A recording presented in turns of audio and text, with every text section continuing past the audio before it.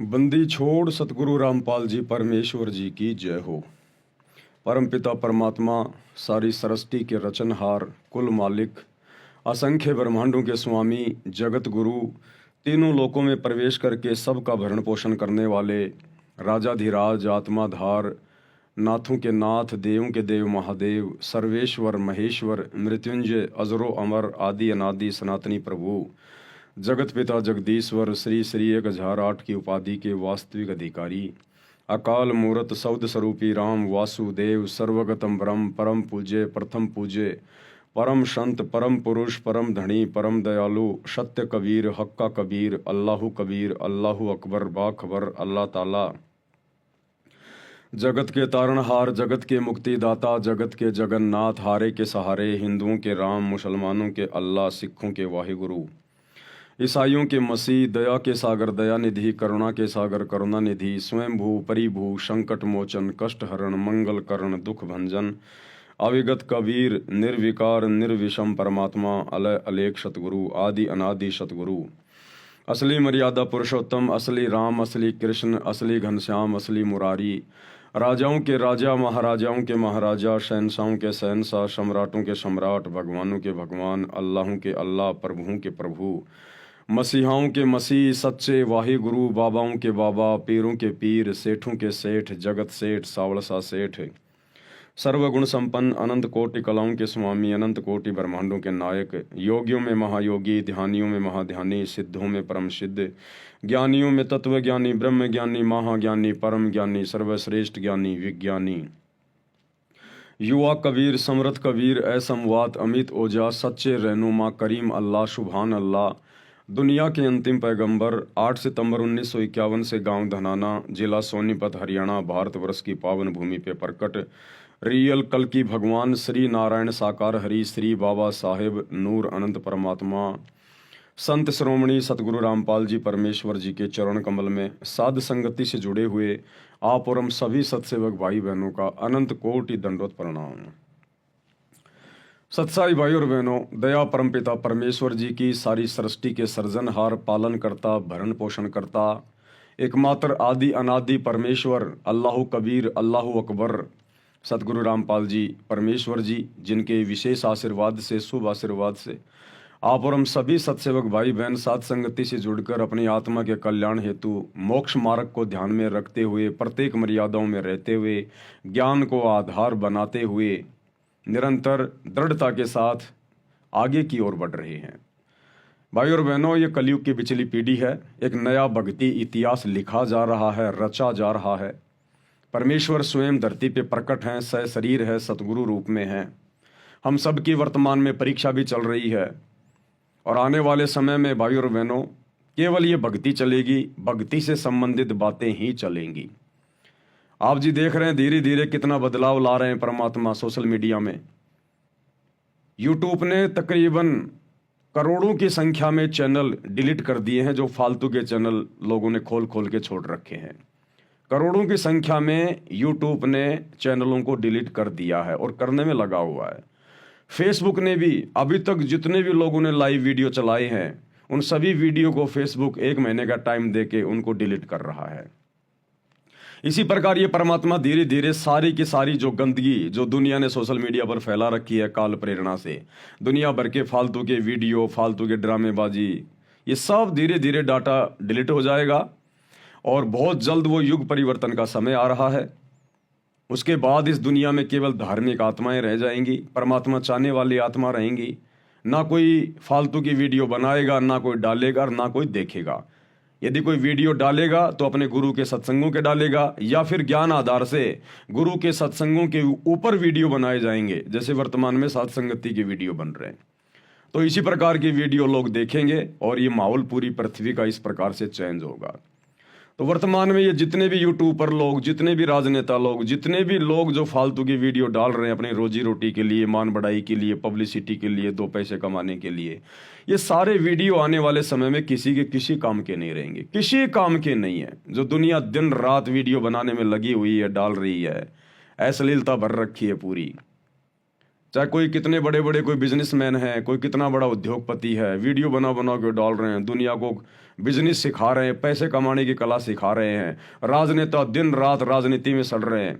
छोटे मोटे जो ये संगठन है, सामाजिक संगठन, धार्मिक संगठन, ये अपने अपने वजूद की लड़ाई लड़ रहे हैं फालतू की, पता नहीं बिना ज्ञान के। तो आने वाले समय में इनके किसी के भी वीडियो बिल्कुल काम नहीं आएंगे और दुनिया ना इनको देखेगी और धीरे धीरे यूट्यूब इनको पीछे डाल देगी, ये डिलीट हो जाएंगे। इस भक्ति इतिहास में आने वाले समय में 1000 साल तक, जब तक ये विज्ञान चलेगी, तब तक केवल सतगुरु रामपाल जी के सत्संग चलेंगे सोशल मीडिया पर, और पीछे पीछे साध संगति की वीडियो चलेंगे।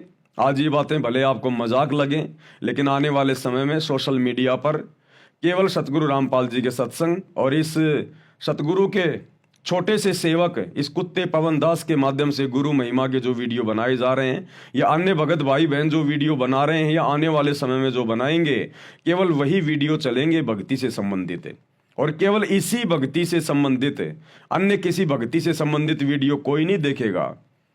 कोई मुसलमान धर्म का मुल्ला मौलवी बना रहा है, अन्य कोई फॉलोवर बना रहा है, कोई हिंदू धर्म वाले बना रहे हैं, जैन धर्म वाले बना रहे हैं, सिख धर्म वाले बना रहे हैं, अन्य कोई राधा स्वामी पंथ वाले, फला फला।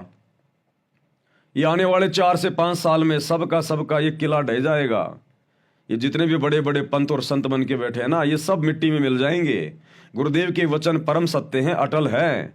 गुरुदेव ने अपने वचनों में कह रखा कि बच्चों, आने वाले समय में ये दुनिया भर के जितने भी धर्म हैं, ये सब मिलकर केवल मानव धर्म में सम्मिलित हो जाएंगे। जो सतगुरु रामपाल जी भगवान का धर्म है, मानव धर्म, एक ही धर्म है, दुनिया का एक ही रहेगा, पहले भी यही था।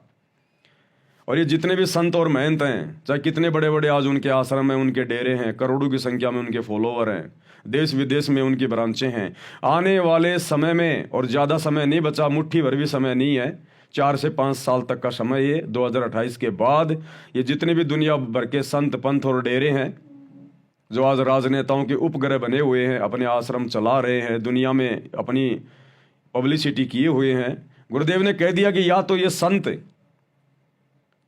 जो है अपने इस मानव धर्म में आ जाएंगे, यानी सतगुरु रामपाल जी के चरणों में आ जाएंगे, और वो फालतू की संतगिरी छोड़कर, अपने कर्म फोड़ना छोड़कर सतगुरु रामपाल जी से दीक्षा लेकर भक्ति करेंगे, या फिर आने वाले समय में जब ये दुनिया जागेगी, लोगों को भक्ति और भगवान का पता चलेगा, तो इन नकली संतों को, इनको देश छोड़ छोड़ के कहीं बाहर विदेशों में अपना डेरा डालना पड़ेगा।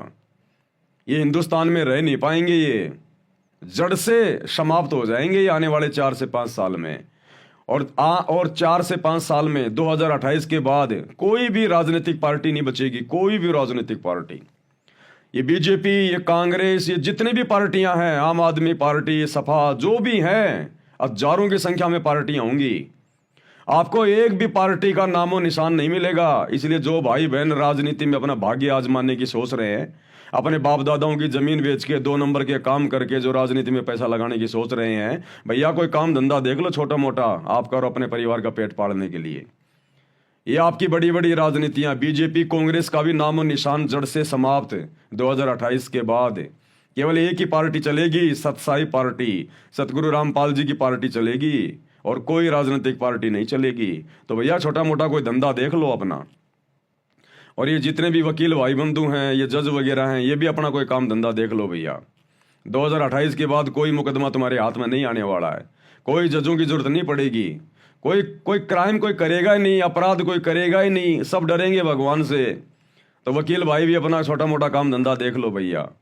अब ये झूठ बोल के, 2 के 4 करके, झूठे सबूत पेश करके जो तुम दुनिया को ठग रहे हो, लूट रहे हो ना, ये धंधा तुम्हारा अब जाने वाला है हाथ से। तो भैया अपना नेक नीति ईमानदारी से कमाने का कोई जुगाड़ देख लो। आने वाले समय में केवल सतगुरु रामपाल जी परमेश्वर जी का ज्ञान, इनकी भक्ति और नेक नीति ईमानदारी से आदमी खाएगा, पिएगा, अपनी भक्ति करेगा और मोक्ष प्राप्त करेगा।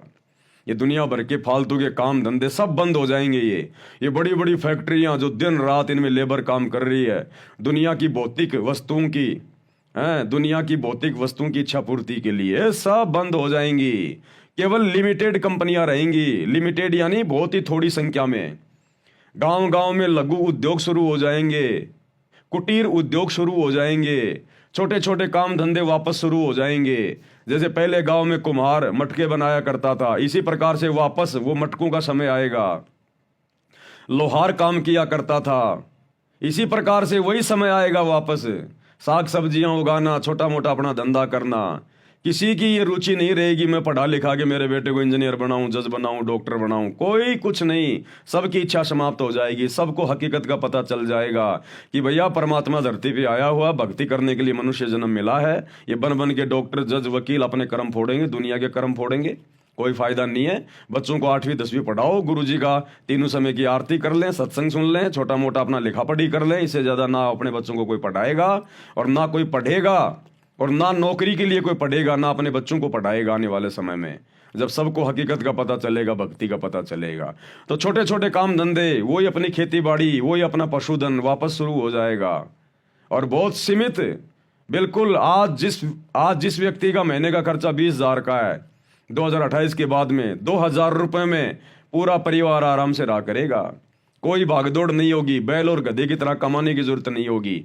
ज्यादा समय जो आज धन इकट्ठा करने में, 2 पैसे कमाने में, दुनिया में दिखावा करने में, बड़ा मकान बनाने में, बड़ी गाड़ी लाने में, बड़ा बिजनेस सेट करने में, बच्चे को विदेश भेजने में, जो दुनिया बैल और गधे की तरह कमा रही है, अपने कर्म फोड़ रही है, आने वाले समय में ये सब झंझट समाप्त हो जाएंगे। सब बैठ के भक्ति करेंगे भगवान की। विदेशों के लोग भी हिंदुस्तान में आके सेट हो जाएंगे। हिंदुस्तान में आके, जैसे हजारों साल पहले विदेश के लोग नालंदा विश्वविद्यालय में आके अपनी पढ़ाई किया करते थे, इसी प्रकार अब विदेश के लोग भारत में आके सेट हो जाएंगे, अपनी भक्ति करेंगे और मोक्ष करवाएंगे अब वो। और भारत विश्व गुरु बनेगा, विश्व गुरु। ये सतगुरु रामपाल जी परमेश्वर बनाएंगे विश्व गुरु, और किसी की औकात नहीं है विश्व गुरु बनाने की। इन राजनेताओं ने तो बना दिया विश्व गुरु, देश को गृह युद्ध के मुहाने पे लाके छोड़ दिया। इन बड़े बड़े नेताओं ने तो बना दिया जो है मतलब विश्व गुरु। आज पूरी दुनिया बारूद के ढेर पे बैठी है, कब ये बम फट जाए कोई भरोसा नहीं है। इस विज्ञान ने तो केवल विनाश का सामान तैयार किया, विनाश का। दुनिया को ये विज्ञान ये पतन की ओर लेके गई है। अब इस विज्ञान का भी सदुपयोग होगा। ये वैज्ञानिक उपकरण, ये TV, internet, mobile, radio, satellite, हवाई जहाज, ये परमात्मा ने भक्ति के लिए बनवाई थी, भक्ति में सहयोग के लिए। काल ने फिलहाल इसका दुरुपयोग कर लिया। अब ये सब समाप्त कर दी जाएगी एक बार। जितनी आवश्यक होगी उतनी विज्ञान रखी जाएगी, फालतू की नहीं रखी जाएगी। और ये गाड़ी घोड़े वगैरह, ये एरोप्लेन, ये सब परमात्मा के सत्संगों में आने जाने के लिए काम आएंगे। मोबाइल, इसमें परमात्मा के सत्संग सुनेंगे, भगत भाई बहनों से बात करेंगे, भगवान की चर्चा करेंगे, सत्संगों की जानकारी देंगे, एक दूसरे की शंका समाधान होगी। और ये टीवी वगैरह केवल गुरुदेव के सत्संग चलेंगे आने वाले समय में, बाकी सब बंद। ये नकली साधु संत महात्मा सबके प्रवचन बंद, स्टॉप, कोई सुनेगा ही नहीं।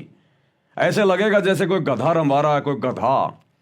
आज जिनके प्रवचन लोग बड़े ध्यान से सुन रहे हैं ना, जब सतगुरु रामपाल जी के प्रवचनों पर ध्यान देंगे, उसके बाद में नकली संतों के प्रवचन लोग सुनना बंद कर देंगे।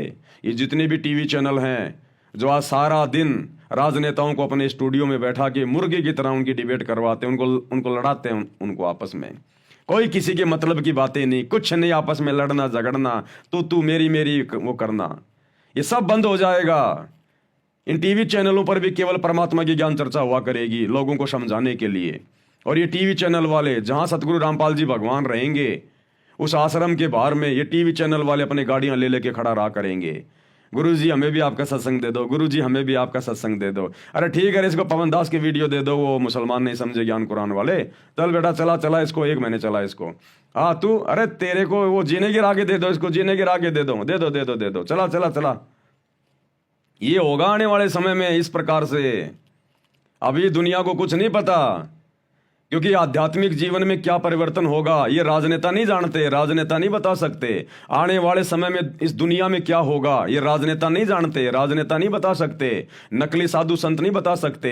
ये केवल सच्चे परमात्मा को पता है, या सच्चे परमात्मा के जो सच्चे भगत होते हैं उनको ज्ञान आधार से परमात्मा प्रेरणा करता है, फिर वो भगत ये बातें बताते हैं। बाकी पूरी दुनिया तो काल की गोद में सो रही है, उनको पता ही नहीं एक सेकंड बाद में क्या हो जाएगा। तो ये नहीं बता सकते, इसीलिए तो काल सबकी आंखें बंद रखता है, इसीलिए तो काल ने सबकी आंखें बंद कर रखी है। कुछ नहीं होगा, ऐसे खाएंगे पिएंगे मौज करेंगे, दुनिया ऐसे चलती आई ऐसे चलती रहेगी। अब दाने दाने के लिए रोगे, दाने दाने के लिए। दाने दाने के लिए जो आज बकवाद कर रहे हैं, इस परमात्मा सतगुरु रामपाल जी भगवान के द्वारा मनुष्यों को सद्बुद्धि दे के जो ये वैज्ञानिक चीजें बनवाई गई हैं, ये गाड़ी घोड़े इंटरनेट रेडियो टीवी मोबाइल हवाई जहाज, जो लोग आज इनका दुरुपयोग कर रहे हैं फालतू में घूमने में फिरने में, दुनिया भर की रैलियों में, राजनीति में, कल को इन लोगों को घरों में बैठना पड़ेगा, इनके गाड़ियों में जर लगेगी, डीजल के पैसे नहीं होंगे इनके पास में, दाने दाने के लिए रोएंगे ये लोग। वो समय आएगा, फिर ये भीख मांगेंगे सतगुरु रामपाल जी भगवान से, हे भगवान हमें बचा लो, हे भगवान हमें बचा लो। फिर ये गाड़ी घोड़े हैं, फिर ये प्रॉपर्टी के कामों में कोई यूज नहीं लेगा। चलो जी आपको मैं मेरा प्लॉट दिखा के लाता हूँ, ये करता हूँ, अजी वहां पर बहुत अच्छी सोसाइटी है, लोग ये कहेंगे चलो जी आज वहां सत्संग है, बहुत अच्छी ज्ञान चर्चा होगी, वहां चलेंगे आज। तो इन वैज्ञानिक उपकरणों का अब सदुपयोग होगा, ये परमात्मा सतगुरु रामपाल जी भगवान करवाएगा।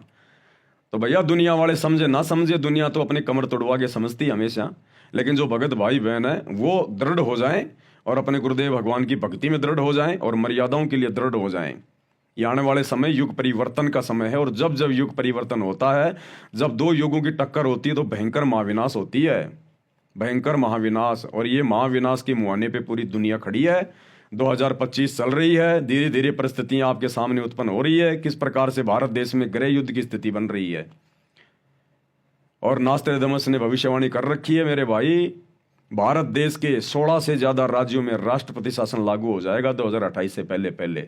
तो सोचो, भारत तो सबसे ज्यादा शांति प्रिय देश है, जब भारत की स्थिति ये होने वाली है तो बाकी देशों का क्या होगा, विदेशों का क्या होगा। भविष्य मालिका के अनुसार इस युग परिवर्तन के बाद में पूरे विश्व की पॉपुलेशन केवल 64 करोड़ रह जाएगी, 64 करोड़। जहां आज पूरे विश्व की जनसंख्या 8 अरब है, 800 करोड़, केवल 64 करोड़ पूरी दुनिया की आबादी रहेगी। उसमें आधी आबादी 34-35 करोड़ केवल भारत की रहेगी। और भाई और बहनों, ये होगा, इसमें कोई संशय नहीं है, क्योंकि भगवान जोर जबरदस्ती करेगा नहीं। कबीर परमेश्वर का काल के साथ एग्रीमेंट है, जबरदस्ती भगवान किसी को भक्ति पे लगाएगा नहीं।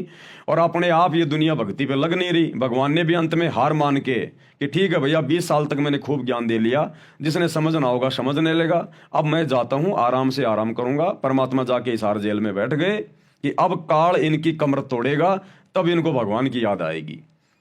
तो ज्ञान से दुनिया नहीं समझ रही है, ज्ञान से जिन्होंने समझना था वो समझ चुके हैं। सन 1994 से 2014 तक सतगुरु रामपाल जी ने ज्ञान देकर समझाया।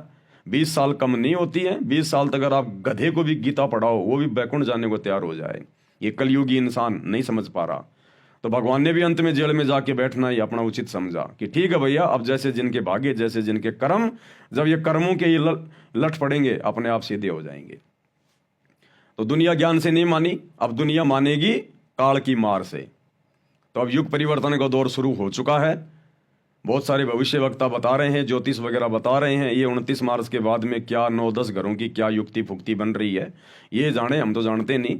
लेकिन जो भी है, हम तो हमारे गुरुदेव भगवान के अनुसार बोलते हैं। हमें जो महसूस होता है, जो आगे क्या समय आने वाला है, भगवान धरती पे है और दुनिया भगवान के साथ में बेअदबी कर रही है। 10 साल से भगवान को जेल में बैठा रखा है, तो दुनिया ने तो अपने पैर पे वैसे मार ली कुल्हाड़ी। तो दुनिया के साथ तो वो बनेगी जो आज से पहले नहीं बनी। तब कहीं जाकर दुनिया सतगुरु रामपाल जी को परमात्मा के रूप में स्वीकार करेगी, उनके चरणों में नाक रगड़ेगी। ऐसे कोई भगवान मानने वाला नहीं है यहाँ पर। लातों के भूत कभी बातों से नहीं मानते। तो अब इस दुनिया को लात पड़ेगी काल की, शैतान की, तब मानेगी ये दुनिया।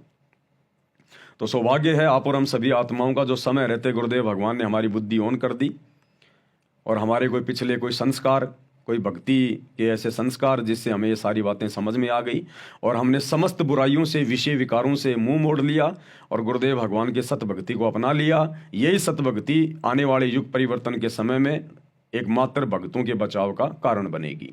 तो आप और हमारा परम सौभाग्य, हम इसी प्रकार मर्यादा में रह के गुरुदेव भगवान की भक्ति में लगे रहें और सौ शुक्रिया अदा अपने गुरुदेव भगवान का हम करते रहें कि परमेश्वर आपने हमें अपनी पनाह में लिया, अपनी शरण में लिया, अपने चरणों में लिया। ये परमेश्वर इसी प्रकार हमारे ऊपर रजा बना के रखिए और हमें निरंतर भक्ति मार्ग पर आगे की ओर बढ़ाइएगा। तो भाई और बहनों, विशेष संदेश जो विशेष आत्माओं के लिए हिसार जेल से गुरुदेव भगवान भेज रहे हैं, उन विशेष संदेशों के ऊपर चर्चा चल रही है। इसी कड़ी में आज विशेष संदेश नंबर 13 का पार्ट नंबर 3 है। आज गुरुदेव भगवान हमें क्या कुछ बता रहे हैं, सतलोक के विषय में परमात्मा बता रहे हैं। मन तू चल रहे सुख के सागर, जहां शब्द सिंधु रत्नागर, यानी उस सतलोक में, अमरलोक में, सचखंड में कितना सुख है वहाँ पर, कितने ठाठ बाट हैं, कितने विलास हैं वहाँ पर। यहाँ पर केवल सुख का नाम नाम है, किस ब्रह्मांड में सुख नाम की चीज नहीं है। तन दर सुखिया कोई न देखा, जो देखा सो दुखिया हो। उदय अस्त की बात करे, मैंने सबका किया विवेका हो। और गुरुदेव ने कह दिया भैया ये ब्रह्मा विष्णु महेश भी दुखी है, यहाँ का राजा भी दुखी, महाराजा भी दुखी, फिर आम प्राणी यहाँ कैसे सुखी रह सकता है? सुख यहाँ है ही नहीं। आदमी आगे से आगे भटकता रहता है।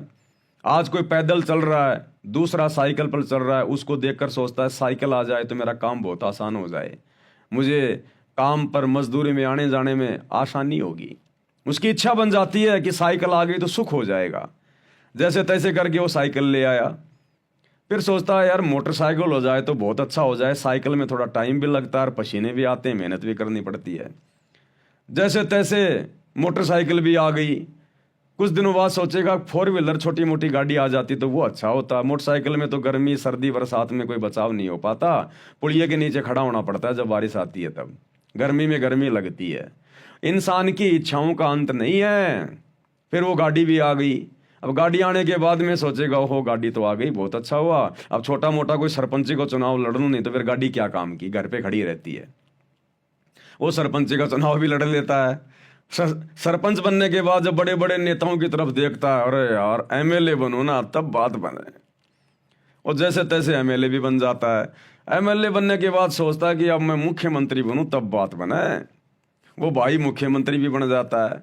मुख्यमंत्री बनने के बाद सोचता प्रधानमंत्री बनूं मैं, तब जाकर पूरी चौधर पूरा ठाठ बाट पूरे देश का ठेकेदार बनूं मैं। अब वो प्रधानमंत्री बनने की सोचते सोचते बेचारा मर जाता है। अब मरने के बाद फिर वो गधापति बनता है, गधापति। वो गधा बनेगा, फिर कुम्हार के नीचे आएगा, उसकी सारी मौज मस्ती वो कुम्हार उसके एक ही जीवन में समाप्त कर देगा।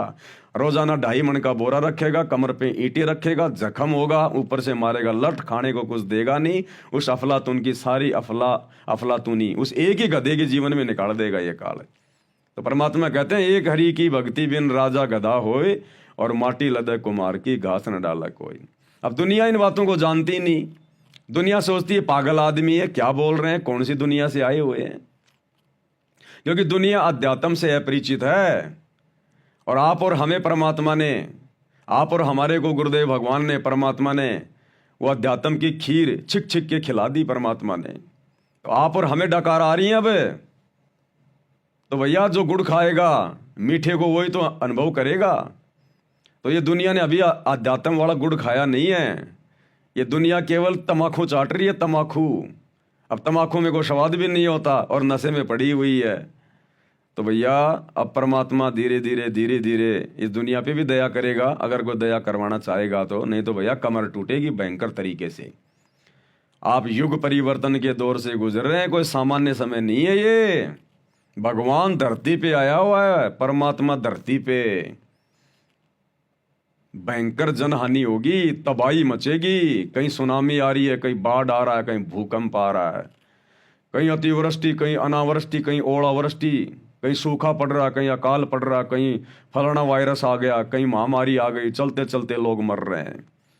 अभी देखना आने वाले समय में कहीं युद्ध हो गया, कहीं गृह युद्ध हो गया, कहीं मिलिट्री आ गई, कहीं क्या हो गया, कहीं गोले गिर रहे हैं, कहीं बम गिर रहे हैं। ये हर प्रकार से आपत्ति आएगी इस समय, क्योंकि ये कलयुग की बिचली पीढ़ी है। इंसान हर प्रकार से भक्तिहीन हो चुका है, बैटरी डिस्चार्ज हो चुकी है। और जब बैटरी डिस्चार्ज हो जाएगी उसके बाद केवल पाप कर्म बचते हैं, पाप कर्म। और पाप कर्मों के कारण हर प्रकार से आपत्ति आएंगी। तो ये दुनिया तो पता नहीं आपत्तियों को सहन कर पाएगी नहीं कर पाएगी। और जिसने सहन कर लिया फिर दोबारा से भक्ति धन जोड़ने में बहुत टाइम लगेगा। आज आप और हम भगत भाई बहन, कोई 10 साल से जुड़ा है, कोई 8 साल से जुड़ा है, फिर भी धीरे धीरे हम लोग आपत्तियों से निकल रहे हैं। तो सोचो इस दुनिया को कितना टाइम लगेगा। अगर आपत्तियां किसी ने अगर झेल भी ली, अगर कोई बच भी गया और गुरु की शरण में आ गया, तो सोचो फिर भी उसको 8-10 साल लगेंगे कम से कम एक नॉर्मल स्थिति में आने में। और उस समय आप और हम भाई बहन इस प्रकार से होंगे जैसे आज आम व्यक्तियों के बीच में ये राजा महाराजा, मंत्री संतरी, मुख्यमंत्री, एमएलए, प्रधानमंत्री हैं। ऐसे ही दुनिया वालों के बीच में जो वर्तमान में भक्ति कर रहे हैं, सतगुरु रामपाल जी के भगत, इन भगतों की स्थिति आने वाले समय में इन दुनिया वालों के सामने ऐसी हो जाएगी। ये बड़े बड़े तुम्हारे बॉलीवुड के अभिनेता, ये क्रिकेटर, बड़े बड़े उद्योगपति, अगर ये बच गए तो वैसे इनके बचने की आसार नहीं है। ये जितने भी बड़े बड़े चेहरे जो आज दिखाई दे रहे हैं ना, जिन्होंने दुनिया की ऐसी तैसी कर दी, दुनिया को जिन्होंने बिगाड़ के रख दिया, अश्लीलता के रंग में रंग दिया जिन्होंने, इनके तो बहुत ज्यादा माड़े भाग हैं। इनका बचना तो बहुत ज्यादा मुश्किल है, क्योंकि ये बच भी गए तो भक्ति नहीं कर पाएंगे, इनके अंदर से वो मान बढ़ाई की बू नहीं निकलेगी। तो ये तो जाएंगे इस महाविनाश के जो है इसमें मतलब दौर में। तो आने वाले समय में फिर ये बाकी दुनिया क्या करेगी, अध्यात्म का किसी को पता नहीं।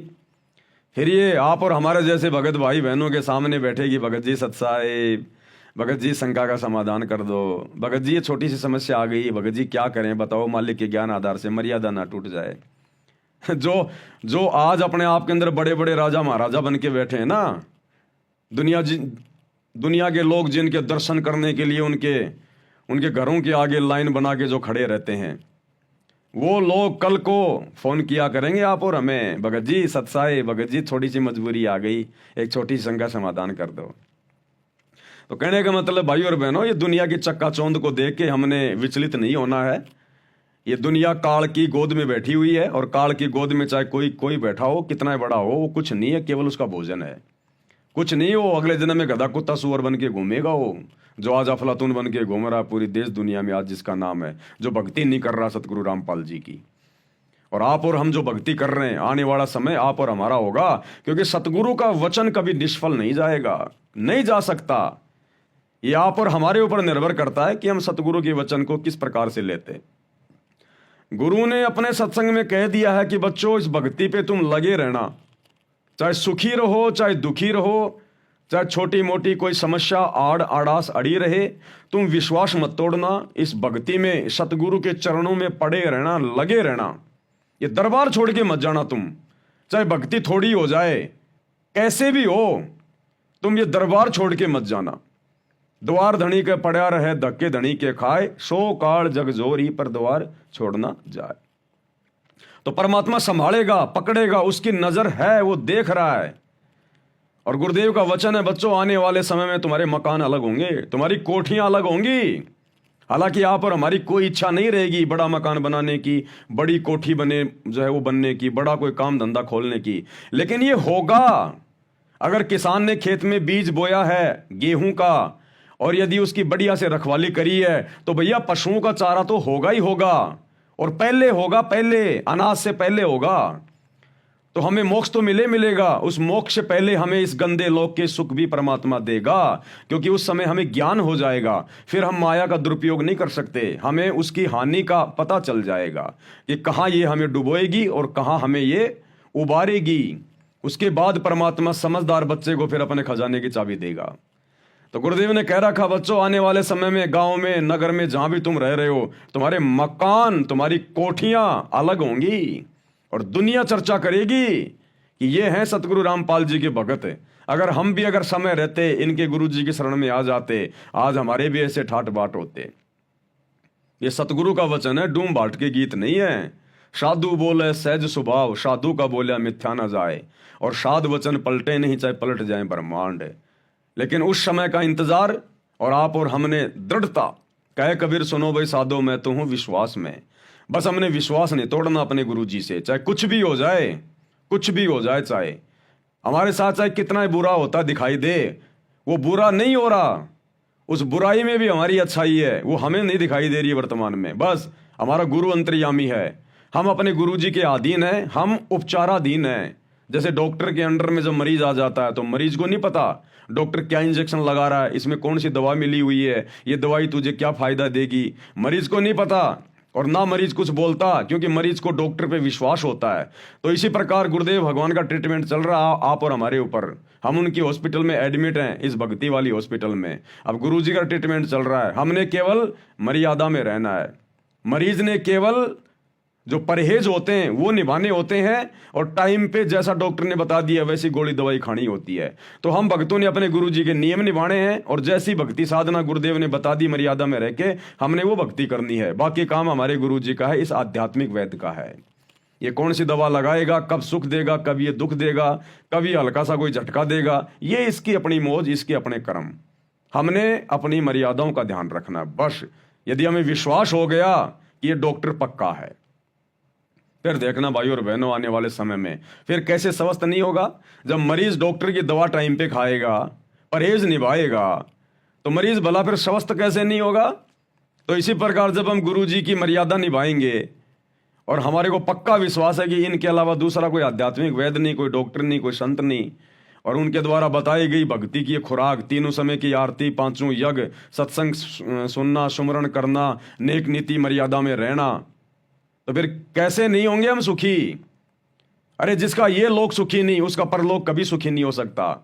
तो भगवान जिन भक्तों का मोक्ष करेगा, जिनको सचखंड में भेजेगा, उनको पृथ्वी का भी सुख देगा परमात्मा, यहां का सुख भी देगा मालिक। ये ना सोचना कि आज हम गरीब हैं, निर्धन हैं, हमारे पास ना जमीन है, ना मकान है, ना कोई काम धंधा है, बड़ी मुश्किल से हम गुरु जी के शरण में आके अपना गुजारा कर रहे हैं। ये ना सोचना, ये परमात्मा है, अनंत रास्ते हैं इसके पास में, अनंत रास्ते। क्या सेऊ सम्मन ने कभी सोचा था कि हम कभी जिंदगी में सेठ बन जाएंगे? जो बेचारे सुबह कमाते थे, शाम को खाया करते थे, इतना गरीब परिवार, अपने बेटे की गर्दन तक उसको काटनी पड़ गई थी भगवान को भोजन करवाने के लिए, घर में आटा भी नहीं। क्या उसने कभी सोचा था सम्मन ने कि मैं दिल्ली का 1 नंबर का सेठ भी बन जाऊंगा? सपने में भी नहीं सोच सकता बेचारा, लेकिन भगवान ने बना दिया। क्या तैमूर लंग कभी सोच सकता था, जो भेड़ बकरियां चराया करता था, घर में आटा भी नहीं होता था, कि मैं राजा बन जाऊंगा और मेरी 7 पीढ़ी राज करेगी? लेकिन भगवान ने बना दिया। तो परमात्मा क्या नहीं कर सकता? वही तो परमात्मा है धरती पर आज हमारे गुरुदेव भगवान के रूप में। सतगुरु जो चावे सो करी ही, भरम पड़ो मत कोई, सेऊ धड़ पर शीश चढ़ाया पाछा करी रसोई। और मोला जल से थल करे, थल से जल कर देत, और साहिब तेरी साहिबी श्याम कहूं के सवेत। तो परमात्मा कुछ भी कर सकता है, ये पल में राई से पहाड़ कर दे और पहाड़ से राई कर दे। ये वो समर्थ है, वो धनी है हम जिसकी शरण में आज। हम जगत सेठ की शरण में हैं, सावड़सा सेठ की शरण में। ये दुनिया जिस सावड़सा सेठ के मंदिर बना बना के श्री कृष्ण जी के नाम से पूज रही है ना, वो सावड़सा सेठ जिसने द्वारिका में जाके नरसी की हुंडी कैस की थी, वो सावड़सा सेठ ये सतगुरु रामपाल जी भगवान है, ये कबीर भगवान है। तो दुनिया को अभी पहचान नहीं है, आप और हमें पहचान हो गई। तो फायदा कौन उठाएगा? जो पहले स्कूल में जाएगा। अरे जो बच्चा पहले पढ़ाई पढ़ के सर्टिफिकेट लेके नौकरी लगेगा, वही तो सुख भोगेगा। बाकी तो उस समय सुख भोगेंगे जब उसी प्रोसीजर को पार करके नौकरी लगेंगे। तो दुनिया तो बहुत लेट आएगी इनकी शरण में, और आप और हम इनकी शरण में हैं। आप और हम ये पढ़ाई पढ़ रहे हैं, तो सबसे पहले नौकरी कौन लगेगा? सबसे पहले सुखी कौन होगा? मोक्ष किसका होगा? आप और हमारा होगा। और दूसरी बात भाई और बहनों, देखो ये अध्यात्म है, हमने कुछ चीज़ों का बहुत विशेष तौर पर ध्यान रखना है। एक छोटी सी ऑडियो जो मैंने आज ग्रुपों में डाली हुई है, जूली बहन की जो आई थी, हम लोगों ने ज्ञान को प्रथम रूप से आधार बना के चलना पड़ेगा इस भक्ति मार्ग पर, तब हमारी बात बनेगी, नहीं तो नहीं बन पाएगी। आने वाले समय में क्या होगा भाई और बहनों, कोई भी भाई बहन ये ना सोचे कि भाई मेरी जो उम्र है, मेरी उम्र अभी 30 साल की है, मेरी उम्र अभी 35 साल की हैं, और मैं तो बड़ा होऊंगा, अभी टाइम लगेगा, बूढ़ा होऊंगा, उसके बाद मेरी भक्ति सफल होगी। आने वाले समय में, क्योंकि समय थोड़ा है परमात्मा के पास में, जितनी आत्माओं को गुरुदेव भगवान निकालेंगे अपने शरीर में रहते सहते, यानी इस तेज पुंज के शरीर में जो हमें दिखाई दे रहा है इनका, इस शरीर में धरती पर संत रूप में रहते रहते परमात्मा जितनी आत्माओं को निकाल पाएंगे निकाल देंगे। तो सभी भाई बहनों की प्रबल इच्छा होनी चाहिए हमारी। ये तो हमने कभी सौपन में भी नहीं सोचना, चाहे आप कैसी भक्ति कर रहे हैं, कितनी मर्यादा में कुछ भी हैं आप, लेकिन ये आपने जिंदगी में नहीं सोचना, चाहे आपकी 70 साल की उम्र हो रही है, 80 साल की उम्र हो रही है, हमने ये नहीं सोचना कि भगवान इस जन्म में नहीं तो अगले जन्म में तो पार हो ही जाऊंगा। ये सबसे बड़ी गलती होगी हमारी, सबसे बड़ी गलती। इसका मतलब हम अपने गुरु जी पर विश्वास नहीं कर रहे। अरे सतगुरु जो चाहे सो कर दे। अगर भक्ति की इच्छा होगी भगवान उम्र बढ़ा देगा। रामानंद की, पंडित रामानंद जी की 650 साल पहले परमात्मा ने उम्र बढ़ा दी थी। उसको चिंता हो गई थी जब वो 124 साल का था, 104 साल का या वो कितना था, तब उसको परमात्मा मिले 5 साल की उम्र में। उसको फिर टेंशन हो गई कि जो भक्ति में कर रहा था ये तो 2 आने की भी नहीं, अब मेरी उम्र बची नहीं तो मेरा मोक्ष कैसे होगा। तो उसकी चिंता को देखकर भगवान ने 150 साल की उम्र दी उसको, पंडित रामानंद जी को, कि तेरे भाग्य में उम्र नहीं है, तेरी मौत तो उसी दिन होनी थी जिस दिन सिकंदर लोधी ने तेरी गर्दन काट दी थी, वो तेरा लास्ट दिन था। अब आगे का जीवन मैं दे रहा हूं तेरे को भक्ति के लिए। तो परमात्मा ने 150 साल की उम्र दे दी उसको।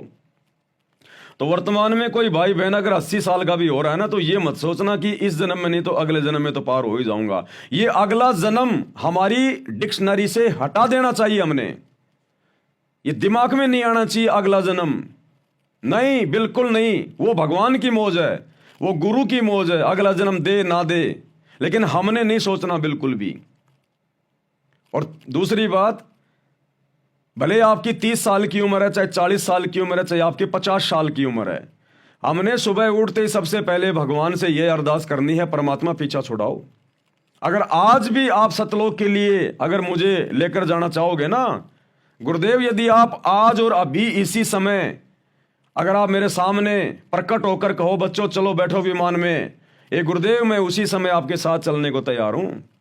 हमने इस कदर तैयार रहना इस संसार से पीछा छुड़वा के कि भगवान जब तक हूं तब तक तेरी नौकरी कर रहा हूं, तेरे बच्चों का पेट भर रहा हूं, तब तक मैं अपनी जिम्मेदारियां निभा रहा हूं, काम धंधा कर रहा हूं। बाकी मेरी इस गंदे लोक में रुकने की, रहने की, जीने की कोई इच्छा नहीं है। हमने इस कदर अब तैयार हो जाना चाहिए इस गंदे लोक के दुखों को देख के, भगवान के मिशन को समझ के। रोज हमने ये सोचना है कि बस आज मेरा अंतिम दिन, आज मेरा अंतिम दिन। ये प्लानिंग मत बनाओ, भक्तों के मन में ये प्लानिंग नहीं होनी चाहिए कि 2 साल बाद एक मकान बनाऊंगा। ये प्लानिंग नहीं होनी चाहिए भगत के मन में। क्या पता भगवान आपको 1 महीने के बाद सतलोक ले जाने की सोच रहा है और तुम उधर 2 साल बाद में मकान बनाने की सोच रहे हो। तो भैया काल के साथ एग्रीमेंट है, भगवान जबरदस्ती नहीं करेगा। भगवान 1 महीने की आपकी टिकट को कैंसिल कर देगा कि देखते हैं भैया अभी तो हमारा भगत ही 2 साल की सोच रहा है, अभी तो हमारा भगत ही ये सोच रहा है कि 2 साल बाद जाऊंगा। तो जब तक ये तैयार नहीं होगा मैं कैसे लेके जाऊंगा। क्या कहते हैं गुरुदेव बार बार कि बच्चों तुम अपनी इच्छा से आए थे, अपनी इच्छा से जाओगे, मैं जबरदस्ती नहीं करूंगा। ना मैंने सतलोक में जबरदस्ती करी कि तुम काल के साथ जाओ, तुम्हारी इच्छा बनी तो तुम इसके साथ आ गए, मैंने भेज दिया। अब ना मैं यहां जबरदस्ती करूंगा कि चलो सतलोक, चलो सतलोक, ना तुम्हारा हाथ पकड़ के ले जाऊंगा। जब तुम खुद अपनी इच्छा से सतलोक जाने के लिए तैयार होगे उस दिन लेके जाऊंगा। तो ये आप और हमारी इच्छा पे निर्भर है भाई और बहनों। इतना ज्ञान देने के बाद में आप और हमारी इच्छा के ऊपर है ये। तो हमने ये मन में प्लानिंग नहीं करनी यदि हम भगत हैं तो, और अगर हमें ज्ञान समझ में आ गया और मोक्ष चाहते हैं तो, कि 2 साल बाद में वहां पर जो मेरा प्लाट खाली पड़ा ना उसमें एक मकान बनाऊंगा। तो गई तेरी 2 साल तो हो गई तेरी बर्बाद। क्या पता तेरा गुरु तेरे को 2 महीने बाद सतलोक ले जाने की सोच रहा था और नालायक तूने अपने पैर पे मार ली वो कुल्हाड़ी कि 2 साल बाद तो मैं प्लाट बनाऊंगा। वो प्लाट बनने के बाद फिर सोचेगा 2 साल तो इसमें रहूंगा आराम से, हैं, फिर आने वाले 2 साल में हो जाएगा तेरे पोता, फिर सोचेगा 6-7 साल तो पोता खिलाऊंगा भी, तो यही रह जाएगा फिर। तो भगत ने प्लानिंग नहीं करनी, 2 टाइम की रोटी परमात्मा दे रहा है, बस उसी में संतुष्ट रहना हमें। हमने प्लानिंग नहीं करनी कि मेरे खेत के पास में से रिंग रोड निकल गई, अरे हाईवे बन गया, जमीनों के भाव बढ़ गए, वहां मैं 2 साल बाद में एक ढाबा खोलूंगा, गाड़ियां रुकेंगी, लोग खाना खाएंगे, घर में पैसे आएंगे, गया काम से। प्लानिंग नहीं करनी, किसी चीज की प्लानिंग नहीं करनी हमने। अगर हमने प्लानिंग करनी है तो सतलोक जाने की करनी है कि कब गुरुजी आएंगे, कब गुरुजी आएंगे, मेरे अंदर क्या कमी रह गई जो परमात्मा अभी तक लेने नहीं आ रहे, क्या कमी रह गई मुझे। अपनी कमियों को देखो, अपनी कमजोरियों को देखो, अपनी भक्ति को बढ़ाओ, गुरुजी को प्रसन्न करने के तौर तरीके अपनाओ सतलोक जाने के लिए। और प्रतिदिन हमने ये सोचना कि मैं त्रिकुटी पे खड़ा हूं, त्रिकुटी पे। यदि किसी भाई बहन को ये पता चल जाए कि मैं त्रिकुटी पे खड़ा हूं और आज मेरी फाइनल परीक्षा है और काल हर प्रकार से किसी सुंदर औरत को भेज के, किसी सुंदर युवा जो पुरुष को भेज के, या कोई धन दौलत का लालच देके, या ब्रह्मा विष्णु महेश बनाने का, उनके लोक में कोई देव का कोई पद देने का लालच मुझे दिया जाएगा आज। क्योंकि गुरुजी सत्संग में बताया करते थे कि बच्चों तुम्हारा जो असली खेल है ना वो त्रिकुटी पे शुरू होगा। हमें गुरुदेव बताया करते थे कि बच्चों धरती पे ये काल कुछ नहीं कहेगा, तुम्हें कुछ नहीं कहेगा, इस पृथ्वी लोक पर तो जैसा तुम्हारा कर्म है उसी अनुसार तुम्हारे को अच्छा बुरा मिलेगा। ये इस पृथ्वी लोक पर तो जीव को छेड़ता भी नहीं है। इस काल का असली खेल शुरू होता है जब हम त्रिकुटी पर पहुंच जाते हैं, वहां ये अपना दाव खेलेगा। उससे नीचे ये कुछ नहीं कहता ये काल, उससे नीचे तो जैसे तेरे कर्म है वैसा ही तेरे को मिलेगा। तो प्रतिदिन हमने ये सोचना कि आज मैं त्रिकुटी पे खड़ा हूं, मेरा फाइनल डे है आज मेरी परीक्षा का दिन है। और परीक्षा के दिन में जिस दिन बच्चे की परीक्षा होती है, अगर उसका जीजा भी आ जाए, उसका फूफा भी आ जाए, उसका कोई अच्छे से अच्छा कोई यार दोस्त मित्र कहे कि चल आज घूमने चलते हैं, अरे गाड़ी मेरे पास में, पैसे मेरे पास में हैं, तेरे को पैसे खर्च करने की जरूरत नहीं है, अरे कोई बात नहीं मैं लेके चलता हूं तेरे को फ्री में, चल आज घूमने चलते हैं, वो बच्चा कहीं नहीं जाएगा।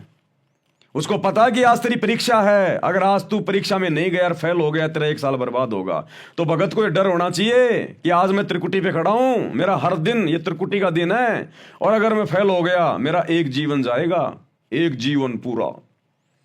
तो ये सोचकर इतना भयभीत होकर हमने अपने हर दिन को त्रिकुटी पे खड़ा हुआ मानकर इस भक्ति मार्ग पे आगे बढ़ना है कि भगवान मेरी कहीं से भी आज मेरी परीक्षा हो सकती है। अगर मैं घर से बाहर निकल गया ना काम धंधे के लिए, कोई भी काम करता आदमी, तो ये सोच के घर से निकलना है कि आज मेरा फाइनल डे है, मैं त्रिकुटी पे खड़ा हूं। और काल किसी न किसी प्रकार से, चाहे किसी से मेरा लड़ाई झगड़ा करवाएगा, मनमुटाव करवाएगा, कोई लड़की आएगी बोलेगी मेरे से फ्रेंडशिप करोगे क्या, मेरे से चैटिंग करोगे क्या, मेरे से शादी करोगे क्या, पता नहीं क्या क्या ड्रामेबाजी, कुछ भी हो सकता है। ये नित्य नियम हमारे को इसीलिए तो पढ़ाया जाता है रोजाना घर से बाहर निकलने से पहले, कि तुम्हारे साथ में कोई लड़ने झगड़ने को भी तैयार होगा काल प्रेरणा से। कोई अच्छी मंदी बात भी तुम्हें कहेगा, कोई लड़की भी टकराएगी, कोई लड़का भी टकराएगा, कोई लोभ लालच की बातें भी होंगी, रिश्वत की बातें भी होंगी, 2 के 4 कमाने की बातें होंगी। तो तुम लोगों ने किस प्रकार से अपने जीवन को टैकल करना है, अपने पूरे दिन को तुमने सुचारू रखना है।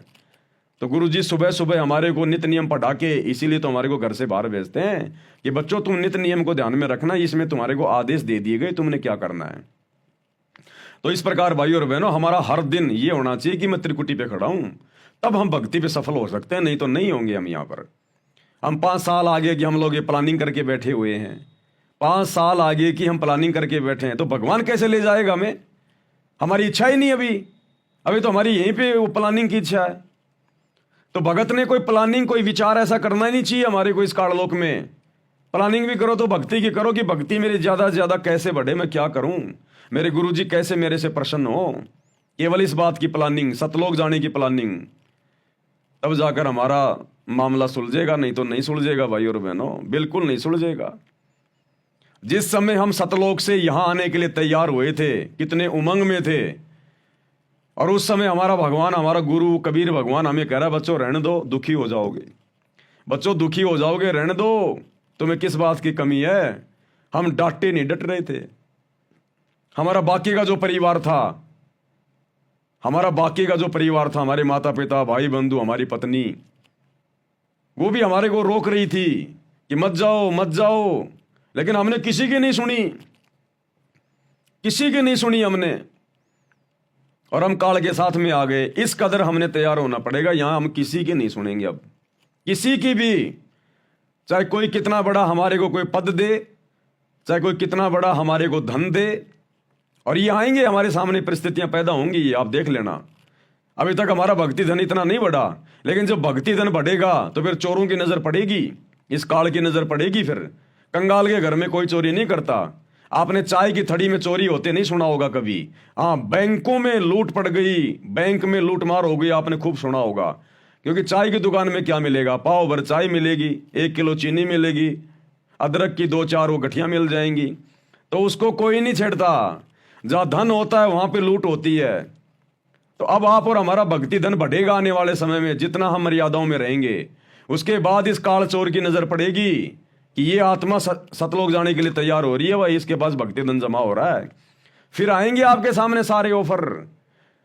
आज आप और हमारी शकल देख के जो लड़कियां हमारी तरफ देखती नहीं, आपको एक एग्जाम्पल दे रहा हूं, जो लड़कियां भाई बहनों की तरफ देखती नहीं है, जो लड़के बहनों की तरफ नहीं देखते उनकी शकल सूरत को देख के, आने वाले समय में जब भक्ति धन बढ़ेगा, ये काल लोगों में प्रेरणा करेगा।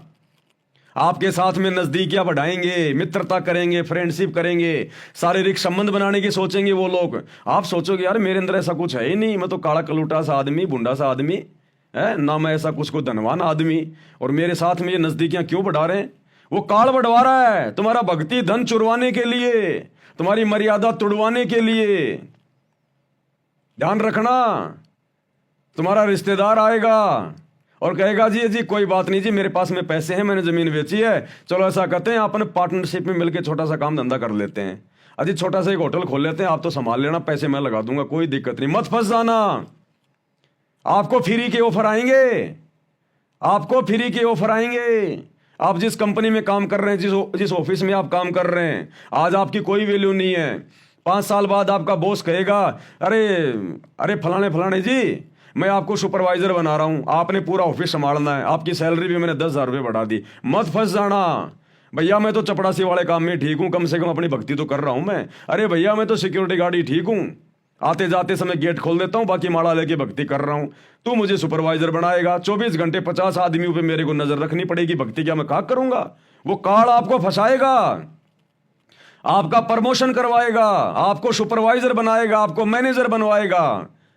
और जिसको ज्ञान नहीं होगा वो तो सोचेगा हो मैं मैनेजर बन गया, मैनेजर बन गया। तेरे को बनाया जा रहा है नालायक, तेरा समय बर्बाद करवाने के लिए। जो टुकड़े मिल रहे हैं ना छोटी मोटी नौकरी काम धंधे में, अपना कर ले, अपना टाइम पास कर। तो भाई और बहनों, आज जो दुनिया हमारी तरफ देखती भी नहीं है, कल को ये दुनिया नजर गाड़ के रखेगी, लेकिन हमने सावधान रहना, उस समय ज्ञान को आधार बना के रखना है, हमने मान बढ़ाई में उलझना ही नहीं है। हमने असंख्यों बार ये सारी चीजें करके देख ली हैं। परमात्मा ने कह दिया बेटा तेरा कोई पहला जन्म थोड़ी है, कोटि जन्म तू राजा की न्या मिटी न मन की आशा, भिक्षुक होकर दर दर घूमिया मिला ना निर्गुण राशा। अरे नादान प्राणी, जो आज तू रोड पे खड़ा होके तू ये जो मेहनत मजदूरी कर रहा है ना और अपनी भक्ति कर रहा है, तो ये ना सोच कि हर जन्म में तू ऐसा ही था, या आज तू इतना गरीब है तो तू ऐसा ही था। ना ना ना ना, करोड़ों बार तू राजा रह चुका, चक्रवर्ती राजा, करोड़ों बार। ये तो तेरे को भक्ति करवाने के लिए तेरे गुरु भगवान ने तेरे को इस गरीबी वाली स्थिति में रखा है। आज अगर तू छोटा मोटा कोई सरपंच होता ना, तो आज तू भगवान के नजदीक भी नहीं आता। तो ये तो शुक्र मना गुरुदेव भगवान का। और ये बात हकीकत है भाई और बहनों, ध्यान रखना। ये पृथ्वी पाप और पुण्य के हिसाब से चलता है, पूरा 21 ब्रह्मांड पाप और पुण्य के हिसाब से। ये कोई राजनीति के हिसाब से नहीं चलता, ये किसी जैक और चेक के हिसाब से नहीं चलता। पाप और पुण्य पे टिका हुआ सारा सिस्टम, ये पाप और पुण्य के ऊपर। तो पुण्य तो आप और हमारे ऊपर है ही, यहां के राजा से ज्यादा पुण्य आप और हमारे पास में है। और इसकी सबसे बड़ी पहचान यह है कि हमें सतगुरु ने अपनी शरण में ले लिया। गुरुदेव कहते हैं लख भर सूरा जूझ ही लख भर शावंत दे, और लख भर यति जहान में तब सतगुरु शरण आले। गोरख से ज्ञानी गने सुखदेव जति जहान, और सीता सी बहु बारिया संत दूर स्थान। तो गुरुदेव कहते हैं लख भर सूरा जूझ ही, जो आत्मा लाखों बार सूरवीर के जन्म प्राप्त करती है। सूरवीर वो योद्धा होते हैं जो युद्ध के मैदान में गर्दन कटवाना मंजूर लेकिन पीठ नहीं दिखाते, टुकड़े टुकड़े होके वो कट जाएगा लेकिन पीठ नहीं दिखाएगा, उसको कहते हैं सूरवीर। तो गुरुदेव कहते हैं जब एक आत्मा लाखों जन्म ऐसे सूरवीर के भोग लेती है, लख भर सूरा जूझ ही लख भर सावंत दे, लाखों बार आपको शावंत दे प्राप्त हो चुकी है। शावंत दे गुरुदेव ने बताया वो आदमी होता है जिसके दोनों हाथ या एक हाथ अपने घुटने के नीचे से होता है, पैर के घुटने से भी जिसका एक हाथ या फिर दोनों हाथ इतने लंबे होते हैं, वो बहुत ही ज्यादा भक्ति धन से परिपूर्ण आत्मा होती है, आधीन होती है, उसको कहते हैं सावंत दे। वो पुनकर्मी आत्मा होती है। त्रेता में श्री रामचंद्र जी सावंत दे थे, ये दुनिया वालों को नहीं पता, ये गुरुदेव भगवान ने बताया। तो गुरुदेव कह रहे करोड़ों बार लाखों बार तुम्हारे सावंत दे वाले जीवन भी हो चुके हैं। तो लख भर सूरा जूझ ही लख भर सावंत दे, और लख भर यति जहान में, लाखों बार हमने हनुमान जैसे जन्म भोगे। दूसरी औरत में हमने कभी कुदृष्टि भी नहीं डाली, ब्रह्मचारी जीवन जिया हमने। तो गुरुदेव कहते हैं जब एक आत्मा इतने इस प्रकार के लाखों और करोड़ों जीवन भोग लेती है, इतना भक्ति धन उसके पास होता है, इतने पुण्य होते हैं, तब सतगुरु शरणा ले। तब सतगुरु, ये कबीर भगवान सतगुरु रामपाल जी ऐसी आत्मा को कलयुग की पिछली पीढ़ी में अपनी शरण में लेता है। तो ये देश के राजा महाराजा, अमेरिका का राजा महाराजा, ब्रह्मा विष्णु महेश, भक्ति धन के मामले में, पुण्य के मामले में आप और हमारे एक बाल के बराबर भी नहीं है, बाल के बराबर भी। तो असल में ये दुनिया का राज आप और हमारे भाग्य में था। भाई और बहनों, ये सत्य मान लेना, ये दुनिया का राज, ये मंत्री पद, प्रधानमंत्री पद, ये बड़े बड़े ये बिजनेसमैन के पद, ये बड़ी बड़ी नौकरियां, बड़े बड़े ये अधिकारी के पद, असल में आप और हम भगत भाई बहनों के भाग्य में था ये। क्योंकि भक्ति धन तो आप और हमारे पास में है ना, क्योंकि सतगुरु की शरण में तो हम आए ना। तो सतगुरु की शरण में कौन आएगा? लखबर सूरा जूझ ही लखबर सावंत दे, और लखबर यति जहान में तब सतगुरु शरणा ले। तो हम थे वर्तमान में इस दुनिया में सुख भोगने के अधिकारी, काल का झूठा सुख भोगने के अधिकारी। लेकिन हम परमात्मा की अच्छी आत्मा थी, इसलिए परमात्मा ने हमारे भाग्य से वो काल के झूठे सुख, वो मंत्री पद, प्रधानमंत्री पद, वो कैंसिल कर दिया परमात्मा ने, और हमारे को नॉर्मल स्थिति में रखा, ताकि मैं इनको अपनी शरण में ले लूं आसानी से। इन दुखों से दुखी होकर इनको भगवान याद आएगा। अगर हम छोटे से सरपंच भी होते ना, सरपंच भी, तो बता दो आज दुनिया का एक भी व्यक्ति जो सरपंच हो वर्तमान में और गुरु जी की शरण में हो, और यदि है तो वो मर्यादा में नहीं है। या तो कोई सरपंच गुरु जी की शरण में है नहीं, ये तो सबसे छोटी पोस्ट है। और अगर है कोई एक आधा, तो फिर वो गुरु जी की मर्यादा में नहीं है। वो फॉर्मेलिटी, किसी के कहने से नाम ले रखा है, काम बाकी सारे वही कर रहा हो। तो ये दुनिया के जितने भी जो साई ठाठ बाट वर्तमान में हम देख रहे हैं ना, ये आप और हमारे भाग्य में थे। लेकिन हमारे गुरु ने हमारे ऊपर मेहर बख्शी, रजा बख्शी गुरुदेव ने, आप और हमसे भक्ति करवाने के लिए परमात्मा ने उन काल के झूठे सुखों को डिलीट कर दिया, और क्रोश मार दिया, और आप और हमें अपनी शरण में ले लिया, अपनी गोद में ले लिया। इसलिए ये दास बारंबार कहता है कि दुनिया को देख के नहीं चलना हमने, ये तो हमारा थूका हुआ चाट रहे हैं।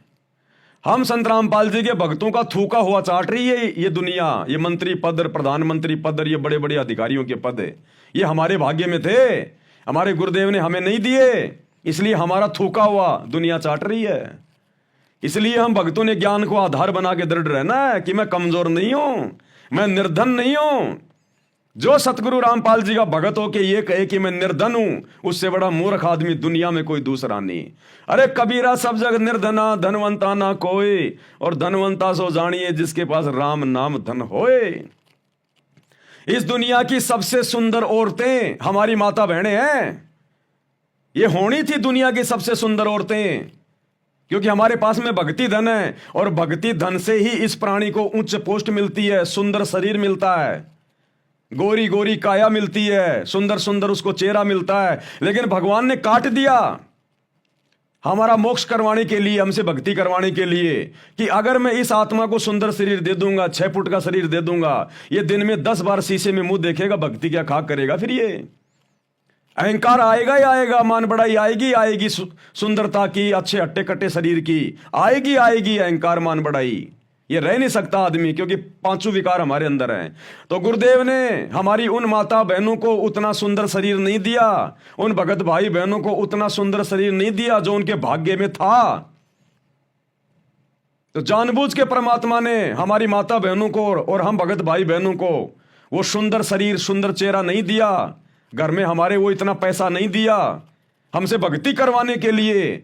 तो ये जितनी जितनी सुंदर माता बहनें, बड़ी बड़ी ये बॉलीवुड की हीरोइन बन के घूम रही हैं, बड़े बड़े राजघरानों की बहु बेटियां बन के घूम रही है, ये हमारी माता बहनों के द्वारा थूका गया चाट रही हैं।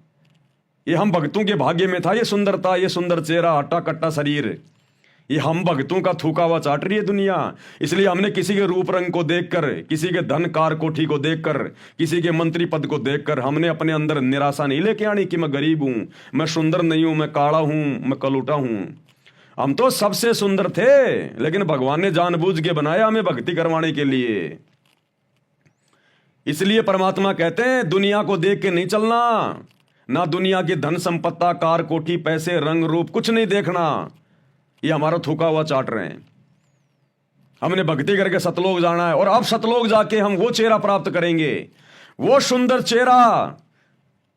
अगर ब्रह्मा विष्णु महेश भी उस चेहरे को देख ले, जो चेहरा आप और हमारा सतलोक में है, जो हमें मिलेगा, ये पागल होके गिर जाए, पागल होके। इतनी सुंदरता, इतना नूर है, 16 सूर्य जितना नूर। ये भी पागल हो जाएं देख के, हमें वो शरीर मिलेगा अब। अगर भगवान हमें यही दे देते तो सतलोक में नहीं जा पाते, फिर हमारे गधे कुत्ते के मुंह लगते फिर अगले जन्म में। तो ये गुरु की हमारे ऊपर विशेष रहम, विशेष मेहरबानी, इसलिए हमने गुरुदेव के चरण धो धो के पीने चाहिए अपने सतगुरु रामपाल जी भगवान के कि परमात्मा रजा बख्शी, आपने मुझे दुनिया का सबसे धनी बना दिया। ये भक्ति धन, इसकी कदर होगी। इस भक्ति धन से आगे का जीवन निर्धारित होता है, आगे के जन्म निर्धारित होते हैं। इस भक्ति धन से हमें मोक्ष मिलेगा, सदा सदा का अमृतत्व प्राप्त होगा, सुंदर शरीर मिलेगा, सारे ठाठ बाट मिलेंगे। तो सबसे बड़ा धनी कौन? ये दुनिया का धन तो यही रह जाएगा। आज कोई अरबपति है, खरबपति है, अरे ये सोने चांदी के सिक्के, ये कागज के नोट तो यही रह जाएंगे। उसका शरीर भी 2 मुट्ठी राख बन जाएगा और आप और हमारा भक्ति धन जाएगा साथ में। ये भक्ति धन जो आज हम जोड़ रहे हैं भक्ति करके, ये हमारे साथ जाएगा। और परमात्मा कह रहे हैं सह शरीर लेके जाऊंगा अपने भक्तों को, सह शरीर। जिनकी भक्ति अच्छी हो जाएगी परमात्मा उनको यहां मरने नहीं देगा, आग में नहीं जलने देगा, सह शरीर ले जाएगा। जैसे मीराबाई के चाचा ससुर भवन को, जो कि राणा का महामंत्री था, उस भवन को और उसके घोड़े को और उसके गुलाम को परमात्मा सह शरीर विष्णु लोक में ले गए। अरे सुखदेव ऋषि सह शरीर ऊपर चला जाता था। अरे हम उसके बच्चे हैं जो सह शरीर आता है, सह शरीर जाता है। तो जब हम उसके जैसे बन जाएंगे, कीट न जाने भृंग को सतगुरु कर ले आप समान, वो अपने जैसा ही तो हमारे को बनाने आया है। जब हम उसके जैसे बन जाएंगे भक्ति करके, जीव से पीव श्रेणी में आएंगे, परमात्मा सह शरीर भी लेके जाएगा। उनका वचन है, सत्संग में बोल रखा है कि बच्चों सतलोक जाओगे सह शरीर जाओगे, तो सह शरीर भी लेके जाएगा परमात्मा अपनी आत्माओं को, आप देख लेना। तो हम फिर क्या देखें हम इस दुनिया को, क्या देखें हम इस दुनिया को? एक गाना था पहले, अब ध्यान में नहीं आ रहा, कि दुनिया के वो अपनी प्रेमिका से कहता कि देख के तेरे रंग को, रूप के नजारे को, अब बाकी नजारे में क्या देखूं। यानी मैं दुनिया के नजारे क्या देखूं, तू इतनी सुंदर है, इतनी प्यारी है, तू मेरे दिल में बस गई, समा गई, अब मैं दुनिया की तरफ क्या देखूं, बाकी नजारे में क्या देखूं। तो भैया इसी प्रकार हमें सुंदर परमात्मा मिल गया, समर्थ सतगुरु मिल गया, भक्ति धन मिल गया, भक्ति विधि मिल गई, सतलोक जाने का रास्ता मिल गया। अब ये गंदी दुनिया के गंदे नजारे, राजपाट, ये हम क्या देखेंगे? हम इंद्रदा राज कागदा बिष्टा ना भोगा इंद्राणी नु, तो फिर यहां के राजपाट क्या है? फिर कौवे की बीट से भी गिरे हुए। इसलिए हमने हर प्रकार से अपनी आस्था को हटा के, दुनियादारी से अपनी मोह ममता को हटा के, लोग खा रहे पी रहे, मंत्री प्रधानमंत्री राजा बन रहे हैं, कार कोठियां खरीद रहे हैं, वो अपने भाग्य का खरीद रहे हैं।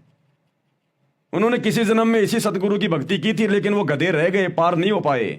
आज अपना भक्ति धन वो बर्बाद कर रहे हैं। तो ऐसे ऐसे जन्म आप और हम ना जाने कितने भोग चुके हैं, कितने जन्म हमने बर्बाद कर लिए। इसलिए भगवान ने आप और हमारे ऊपर ये दया बख्शी है। इतना ज्ञान इसलिए तो देता भगवान आके कलयुग की पिछली पीढ़ी में, हमारी आत्मा को ऊपर उठाने के लिए, जगाने के लिए कि मत देखो दुनिया को। इसलिए तो गुरु जी कहते हैं यो गुरु ज्ञान विज्ञान वाणी, और जीवित ही जग में मरो, कि जीवित मर जाओ। मरा हुआ आदमी दुनिया देख के नहीं जीता। चाहे दुनिया कितनी ऐसो आराम कर रही है, कोई गाड़ी निकाल रहा है, कोई कुछ भी कह रहा है, कोई इज्जत कर रहा है, बेइज्जती कर रहा है, मरा हुआ आदमी कुछ नहीं करता, नो रिएक्शन। तो हमने कोई रिएक्शन नहीं देना इस दुनिया को। आपका पड़ोसी चाहे बहुत बड़ा कोई अधिकारी बन गया, उसका बेटा, आपने ये सोचकर अपने बेटे को डांटना नहीं है, फटकारना नहीं है कि नालायक देख वो तेरे साथ था, वो तेरा साथी, देख आज वो अधिकारी बन गया और तू यहीं पड़ा हुआ है। नहीं, तेरे बेटे को जो पद मिल गया, भक्ति पद मिल गया, उसके बराबर तो ब्रह्मा विष्णु महेश का पद नहीं है। तो हमने अपने मन में कोई हीन भावना नहीं लेके आनी, कोई निराशा पैदा नहीं करनी। हमसे बड़ा सेठ इस धरती पे कोई नहीं, और हमारे बाप से बड़ा जगत सेठ कोई धरती पे नहीं। फिर हम किस बात की चिंता करें? कौन है फिर हमारे आगे? तो विचार करना भाई और बहनों आप इन सब बातों का। ये ज्ञान आधार की भक्ति है। हमने दुनिया की तरफ नहीं देखना बिल्कुल भी। दुनिया जो भी कुछ कर रही है सतगुरु के शरण में आए बिना, ये तो गधा बनने की तैयारी कर रही है, गधा बनने की तैयारी। गधा बनने की तैयारी।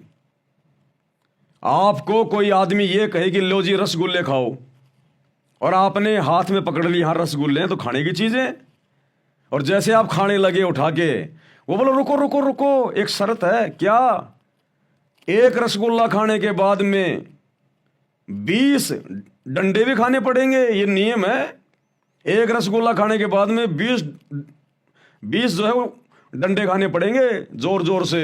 आप खाओगे वो रसगुल्ला? अरे कौन होगा गधा जो वो रसगुल्ला खाएगा कि एक रसगुल्ला खाने के बाद में 20 जो है मतलब डंडे खाने पड़ेंगे? वो बोलेगा भैया ले जा तेरे रसगुल्ले।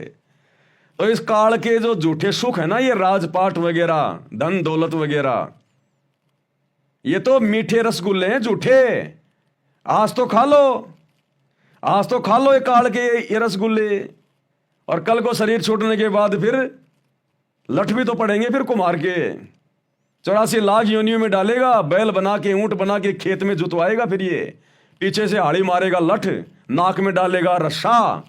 आज अगर नाक का बाल भी अगर उखड़ जाता तो कितना दर्द होता है। नाक में छेद करके रस्सा डालेगा और यूं खींचेगा, फिर इधर चल इधर चल इधर चल इधर चल। तो ये काल के झूठे सुख ये हैं भैया। तो भगत तो खाना चाहेगा नहीं, भगत तो वो ही खाएगा जितना गुरुजी खिलाएंगे। और गुरुजी ने कह दिया बेटा साईं इतना दीजिए जिसमें कुटुंब समाए, और हम भी भूखे ना रहें, अतिथि न भूखा जाए। और फिर हमें चिंता किस बात की? हम जगत सेठ के बच्चे भक्ति कर रहे हैं तो क्या भगवान खाना नहीं देगा? अरे जिस भगवान ने बिना हमसे पूछे, जिस सतगुरु रामपाल जी भगवान ने बिना हमसे पूछे, और हम तो जानते भी नहीं थे क्या मोक्ष है, क्या सतलोक है, क्या भक्ति है, क्या शास्त्र हैं, वेदों में क्या लिखा, कुछ जानते थे क्या? कुछ नहीं जानते थे। भगवान ने आके बताया, जनाया। तो जिस भगवान ने हमसे बिना पूछे हमारे को करने के लिए भजन दे दिया, भजन, तो क्या वो भगवान फिर हमारे को भोजन नहीं देगा? अरे जो भजन दे सकता है क्या भोजन नहीं देगा क्या? तो भगत ने भोजन की चिंता तो होनी नहीं चाहिए। जिसको भजन मिल गया फिर भोजन की चिंता नहीं होनी चाहिए। फिर तो भगवान कहते हैं चिंता तो एक ही होनी चाहिए, चिंता तो हरि नाम की और न चिंता दास। और जो कोई चिंता नाम बिना यानी भजन बिना सोए काल की फांस। इब्राहिम सुल्तान को जब वो जंगल में था ऊपर से थाड़ आता था, बना बनाया भोजन। ऋषभनाथ जब वो जंगल में चला गया राजपाट छोड़ के परमात्मा की प्रेरणा से भक्ति करने के लिए, ऊपर से थाड़ आता था सतलोक से। तो ये वही समर्थ परमात्मा, ये वही कबीर देव, ऋषभ देव के आइया कभी नामे करतार, ये वही कबीर देव सतगुरु रामपाल जी के रूप में हमें प्राप्त है, जो पूरी दुनिया को खिला रहा है, तीनों लोकों में प्रवेश करके सबका भरण पोषण कर रहा है। तो क्या हमें नहीं देगा क्या भगवान? कुछ भी दे देगा ये परमात्मा तो अपने बच्चों को। ये वो समर्थ है। परमात्मा कहते हैं सौपन में बैर लड़ाई कहे जय कोई कहिए राम, वाक्य पक्की पाउड़ी मेरे तन को चाम। गुरुजी कहते हैं अगर कोई मेरी भक्ति मर्यादा में रह के अगर मेरी भक्ति कर रहा है, कहता है मैं इतना प्रसन्न होता हूं मेरी उस प्यारी आत्मा के लिए, अपने शरीर की ये चाम उधेड़ के, खाल उतार के और मेरे भगत के पैरों की जूतियां बना दूं मैं। ये भगवान हमसे इतना प्रेम करता है तो क्या खाने के लिए भोजन नहीं देगा हमारे को? बस हम इनके कहे अनुसार चलते रहें, इनकी मर्यादा में लगे रहें। ड्रामेबाजी इसको पसंद नहीं है, बकवाद इसको पसंद नहीं है। ये जितना प्रसन्न होता है ना भगत की भक्ति से कि मैं अपने शरीर की चमड़ी उतार के अपने भगत के पैरों की जूतियां बना दूं, फिर मर्यादा तोड़ने वालों से नाराज भी उतना ही होता है। अगले जन्म में फिर उसको बकरा बना के, मुर्गा बना के, उस कसाई से फिर उसकी चमड़ी उधड़वा देता। फिर ये चमड़ी भी उधड़वा देता है। ये ना सोचना कि ये दयालु दयालु है। हिरणाकुश की छाती भी इसी ने फाड़ी थी। ब्राह्मण बाणा करम कसाई हिरणाकुश की छाती फड़वाई। इसी भगवान ने नरसिंह रूप धारण करके सतगुरु रामपाल जी ने। ये ना सोचना केवल ये दयालु दयालु है। ये दयालुता केवल उसी समय दिखाता जब ये धरती पर संत रूप में आता है, क्योंकि संत रूप में इनको फॉलोवर बनाने होते हैं, इनको ज्ञान देना होता है, इनको भगत बनाने होते हैं। इसलिए ये कभी चींटी को भी नहीं सताता, ना किसी को ये आदेश देता। तो संत रूप में केवल ये दयालुता दिखाता है। अन्यथा यही सतगुरु रामपाल जी भगवान, यही कबीर भगवान त्रेता युग में हिरणाकुश बन के नरसिंह रूप धारण करके, और हिरणाकुश की छाती भी इसने फाड़ी थी नाखूनों से। रावण की छाती में तीर भी इसी ने ठोका था, क्योंकि उस समय ये कोई संत रूप में नहीं था, उस समय इसने कोई भगत नहीं बनाने थे। आज इसने भगत बनाने, उदाहरण पेश करना कि साधु कैसे होते हैं, इसलिए आज इस चींटी को भी सताने का आदेश नहीं देता।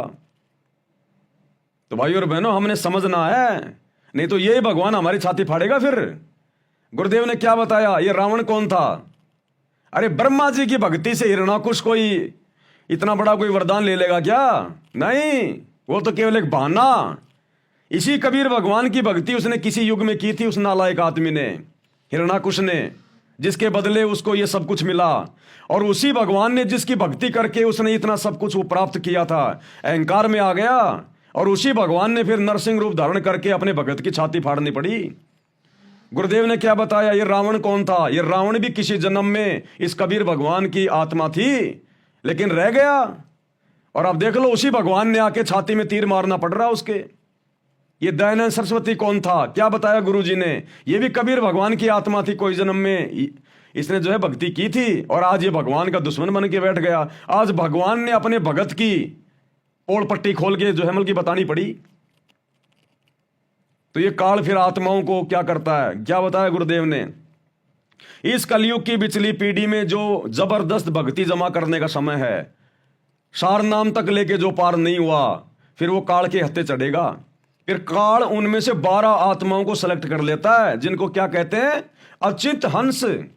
अचिंत हंस 12 आत्माएं छाट लेता वो, टॉप मोस्ट, जिनकी सार नाम की जबरदस्त कमाई होती है, लेकिन वो पार नहीं हो पाता। उन 12 आत्माओं को फिर वो कलयुग की पिछली पीढ़ी में इसी परमात्मा के खिलाफ यूज करता है। फिर वो, ये आपका राधा स्वामी का, ये धन सतगुरु वाला राम रहीम, वो ही 12 आत्माओं में से है। ये तुलसीदास जय गुरुदेव पंथ वाला, उसी 12 आत्माओं में से। ये राधा स्वामी पंथ वाले, धन सतगुरु पंथ वाले, ये कबीर पंथी, रांजड़ी वाला, दामा खेड़ा वाला, ये सब वही 12 अंश हैं। तो देख लो, काल फिर ऐसी दुर्गति करवाएगा भगवान के सामने खड़ा करके।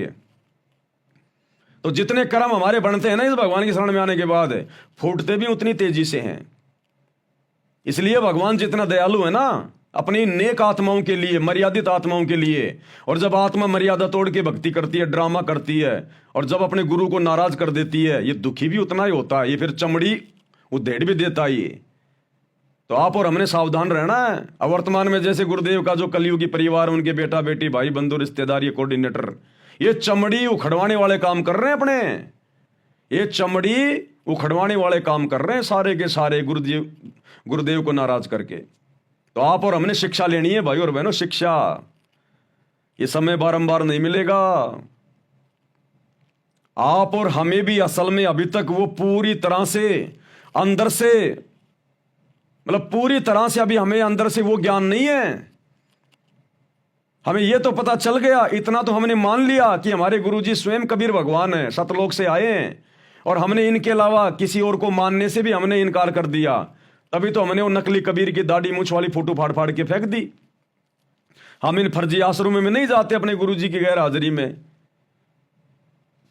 हमने गुरु को ही परमात्मा मान लिया, घर को आश्रम बना लिया, भोग लगा रहे हैं, इतना तो हमने मान लिया।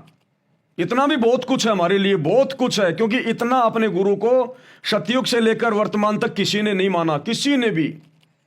पहली बार माना है, क्योंकि ये कलयुग की पिछली पीढ़ी है। लेकिन परमात्मा हमें अच्छे से महसूस नहीं होने दे रहे। गुरुजी तो खुश हैं, खूब खुश हैं आप और हमारे से, हमारी भक्ति की जो क्रिया है उनसे बहुत खुश हैं, जो हमने गुरु को भगवान मान लिया, ज्ञान को आधार बना लिया। और दूसरे भाई बहनों के कुकर्मों पर हम लोग वीडियो बना बना के उनको समझा रहे हैं। तो गुरुजी तो हमसे अति प्रसन्न है कि अगर ये आत्मा इसी प्रकार से भक्ति पे लगी रही तो विमान तैयार है इनके लिए, कोई रोकने वाला नहीं है। लेकिन परमात्मा आप और हमें उस कदर महसूस नहीं होने देगा। नहीं तो भाई और बहनों, हम जीवित मर जाएंगे, हम जीवित मर जाएंगे, जीवित। अगर हमें परमात्मा पूरी तरह से ये अंदर से अगर ये जना दे कि ये हमारा वास्तव में बाप है और फलाना दिखना, और हम इतने दिनों से दुखी हो रहे हैं, कष्ट उठा रहे हैं, अगर गुरुजी हमें पिछला एक जन्म भी दिखा देना, एक जन्म भी, उस जन्म को देख के हमारा कालजा फट जाएगा। अगर एक जन्म भी अगर हमें गुरुजी अगर दिखा दें, तो वो गधे का, सूअर का, कुत्ते का, हमारा कालजा फट जाए हमारा। लेकिन गुरुजी चाहते हैं कि मैं मेरे बच्चों को ज्ञान आधार से भक्ति करवा के लेके जाऊंगा, चमत्कार दिखा के नहीं। इनको डर लगे तो ज्ञान से, इनकी आत्मा माने इस बात को। ये दिखा दिखा के इस प्रकार से इनको डरा धमका के नहीं ले जाऊंगा मैं सतलोक में। तो परमात्मा हमें अंदर से वास्तविकता पूरी तरह से दिखाना नहीं चाहते, नहीं तो हमारा कलेजा फट जाएगा कि अरबों खरबों की किस ब्रह्मांड में अनगिनत आत्माएं, और उनमें से हमारा नंबर आ गया सतलोक जाने का, और वो सतलोक और यहां के इतने कष्ट, हमारा कलेजा फट जाए। इसलिए परमात्मा ने हमारी बुद्धि को ऑफ कर रखा है, इतना ही खोल रखा है कि हम गुरु को भगवान मान के अपनी भक्ति भी मर्यादाओं के साथ में लगे रहें। तो ये दया भी गुरु उन्हीं आत्माओं पे करता है जिनको इसी जन्म में सतलोक लेके जाना होता है, कलयुग की पिछली पीढ़ी में।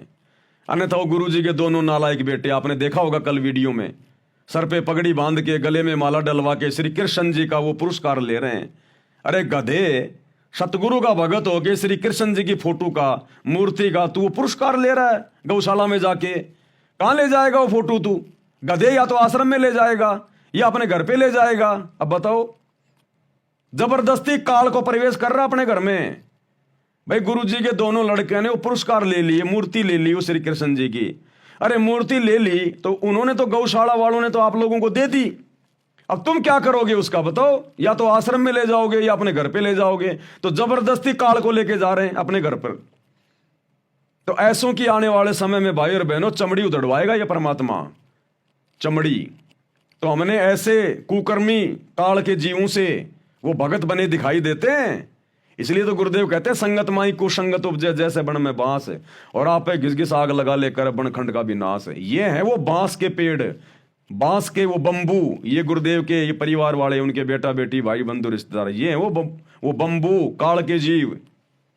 तो हमने इनके कुकर्मों से भी शिक्षा लेनी है और अपने गुरुदेव की सत्संगों वाली शिक्षा को आधार बना के हमने आगे बढ़ना है, गलतियां करने से बचना है।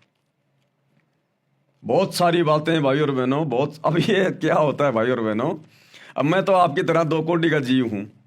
मेरे को नहीं पता होता जब मैं आप लोगों के सामने बैठता हूं लाइव में तो मैं क्या बोलूंगा। नहीं, मेरे दिमाग में थोड़ी थी ये बातें कि मैं जो 1 घंटे से भोंक रहा हूं मैं ये बातें बोलूंगा। मैं तो विशेष संदेश नंबर 13 का पार्ट नंबर 3 लेके आया था कि जो परमात्मा बुलवाएंगे बोलेंगे। तो अब 1.5 घंटे से परमात्मा ने देखो किसी मैटर पे हमारे को आगे बढ़ा दिया। तो ये सतगुरु, फिर दास तो केवल यंत्र है, फिर सतगुरु के हाथ में रिमोट है। सतगुरु ने जो चैनल ऑन करना ना वो ही करेगा। दास की बस की बात नहीं है। फिर वहां पर 2 कोटि के जीव हैं अपन, पत्थर हैं पत्थर। पंखा चाहे 1 लाख रुपए का क्यों ना हो, चाहे सोने चांदी की उसकी पंखुड़ियां क्यों ना हो, पंखे की औकात नहीं है जब तक उसका मालिक उसका बटन दबाए और वो चल जाए। वो बटन दबाएगा तभी चलेगा, वो यंत्र है खाली। तो इसी प्रकार आप और हम सभी भाई बहन केवल यंत्र हैं सतगुरु के, और हमने अपना रिमोट अपने गुरुजी के हाथ में दे रखा है। जिसने मर्यादा तोड़ के काल के हाथ में दे रखा होगा तो काल चलाएगा, और जिसने मर्यादा में रह के अपने गुरुजी को दे रखा अपना रिमोट तो गुरुजी चलाएगा। तो ये परमात्मा के ऊपर निर्भर करता है, परमात्मा के ऊपर डिपेंड करता है सारा सब कुछ। तो कहने का मतलब भाई और बहनों, भले ही आपको दास बोलता हुआ दिखाई दे रहा है, लेकिन ये परमात्मा की तरफ से ये जो मतलब की वचन है। ये हमने ये नहीं सोचना कि ये भगत बोल रहा है। अरे नहीं, अच्छी शिक्षा, अच्छी बात हमें कोई भी दे दे, जगत वाला भी अगर हमें कोई अच्छी बात बताता तो हमने स्वीकार करनी चाहिए। कहते हैं ना कि ज्ञान अगर गधे से मिल जाए तो ले लेना चाहिए। ज्ञान अगर गधे से मिल जाए तो ले लेना चाहिए। मैं तो फिर भी आपका भगत भाई हूं। परमात्मा बुलवाएगा कुछ ठीक ही बुलवाएगा। तो हमने ये नहीं देखना और ना ही मन में ये सोचना कि ये भगत बहुत ज्ञानी है। ये भी हमारी फिर कमजोरी आ जाएगी। हमने हर कमजोरियों को निकालना है। हमारी आस्था, हमारा समर्पण, हमारा विश्वास केवल अपने गुरुजी के प्रति। गुरुजी चाहे अपने 1000 रूप बना के बराबर में खड़े हो जाएं, नहीं, रिजेक्ट। केवल हमारा गुरु जो वर्तमान में है वही हमारे लिए सब कुछ। हमारा सतगुरु चाहे जो कर सकता है। जब उसने 650 साल पहले बनारस के तोताद्री शहर में भैंसे राम से वेद मंत्र बुलवा दिए झोटे से, तो क्या झोटे को आज कोई पूजता है क्या? क्या कोई अपने घरों पर अपने दरबार में उस भैंसे राम की मूर्ति के आगे दीपक जलाता है क्या कि इस भैंसे राम ने 650 साल पहले वेदों के मंत्र बोले थे, हिंदी का अनुवाद भी किया था? सबको पता कि वो तो जानवर था, सतगुरु ने आशीर्वाद दिया और बोलने लग गया। तो इसी प्रकार ये पवन भी तो गधा ही है, जानवर ही है। अरे हम भी तो जानवर ही हैं, और क्या हैं। सतगुरु आशीर्वाद दे रहा है, सतगुरु बुलवा रहा, मैं बोल रहा हूं।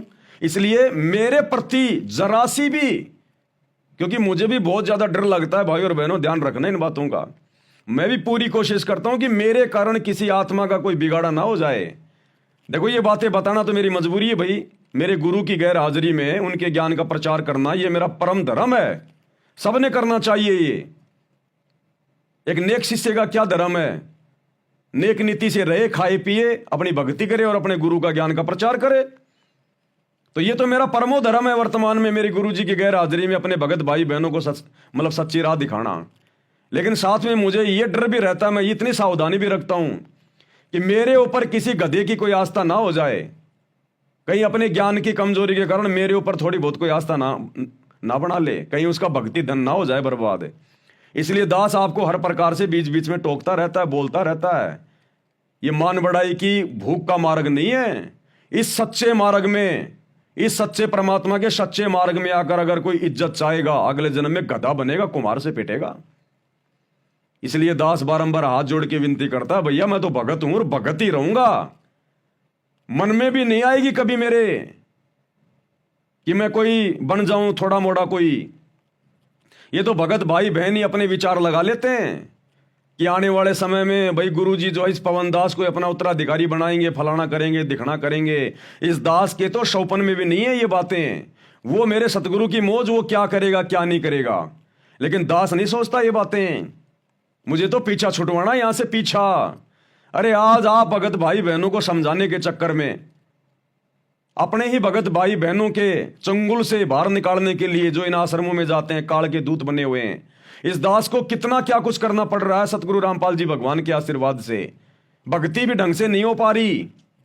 दो बार लाइव आना, वीडियो बनाना, इनको एडिट करना, आप तक भेजना, भाई बहनों से बात करना।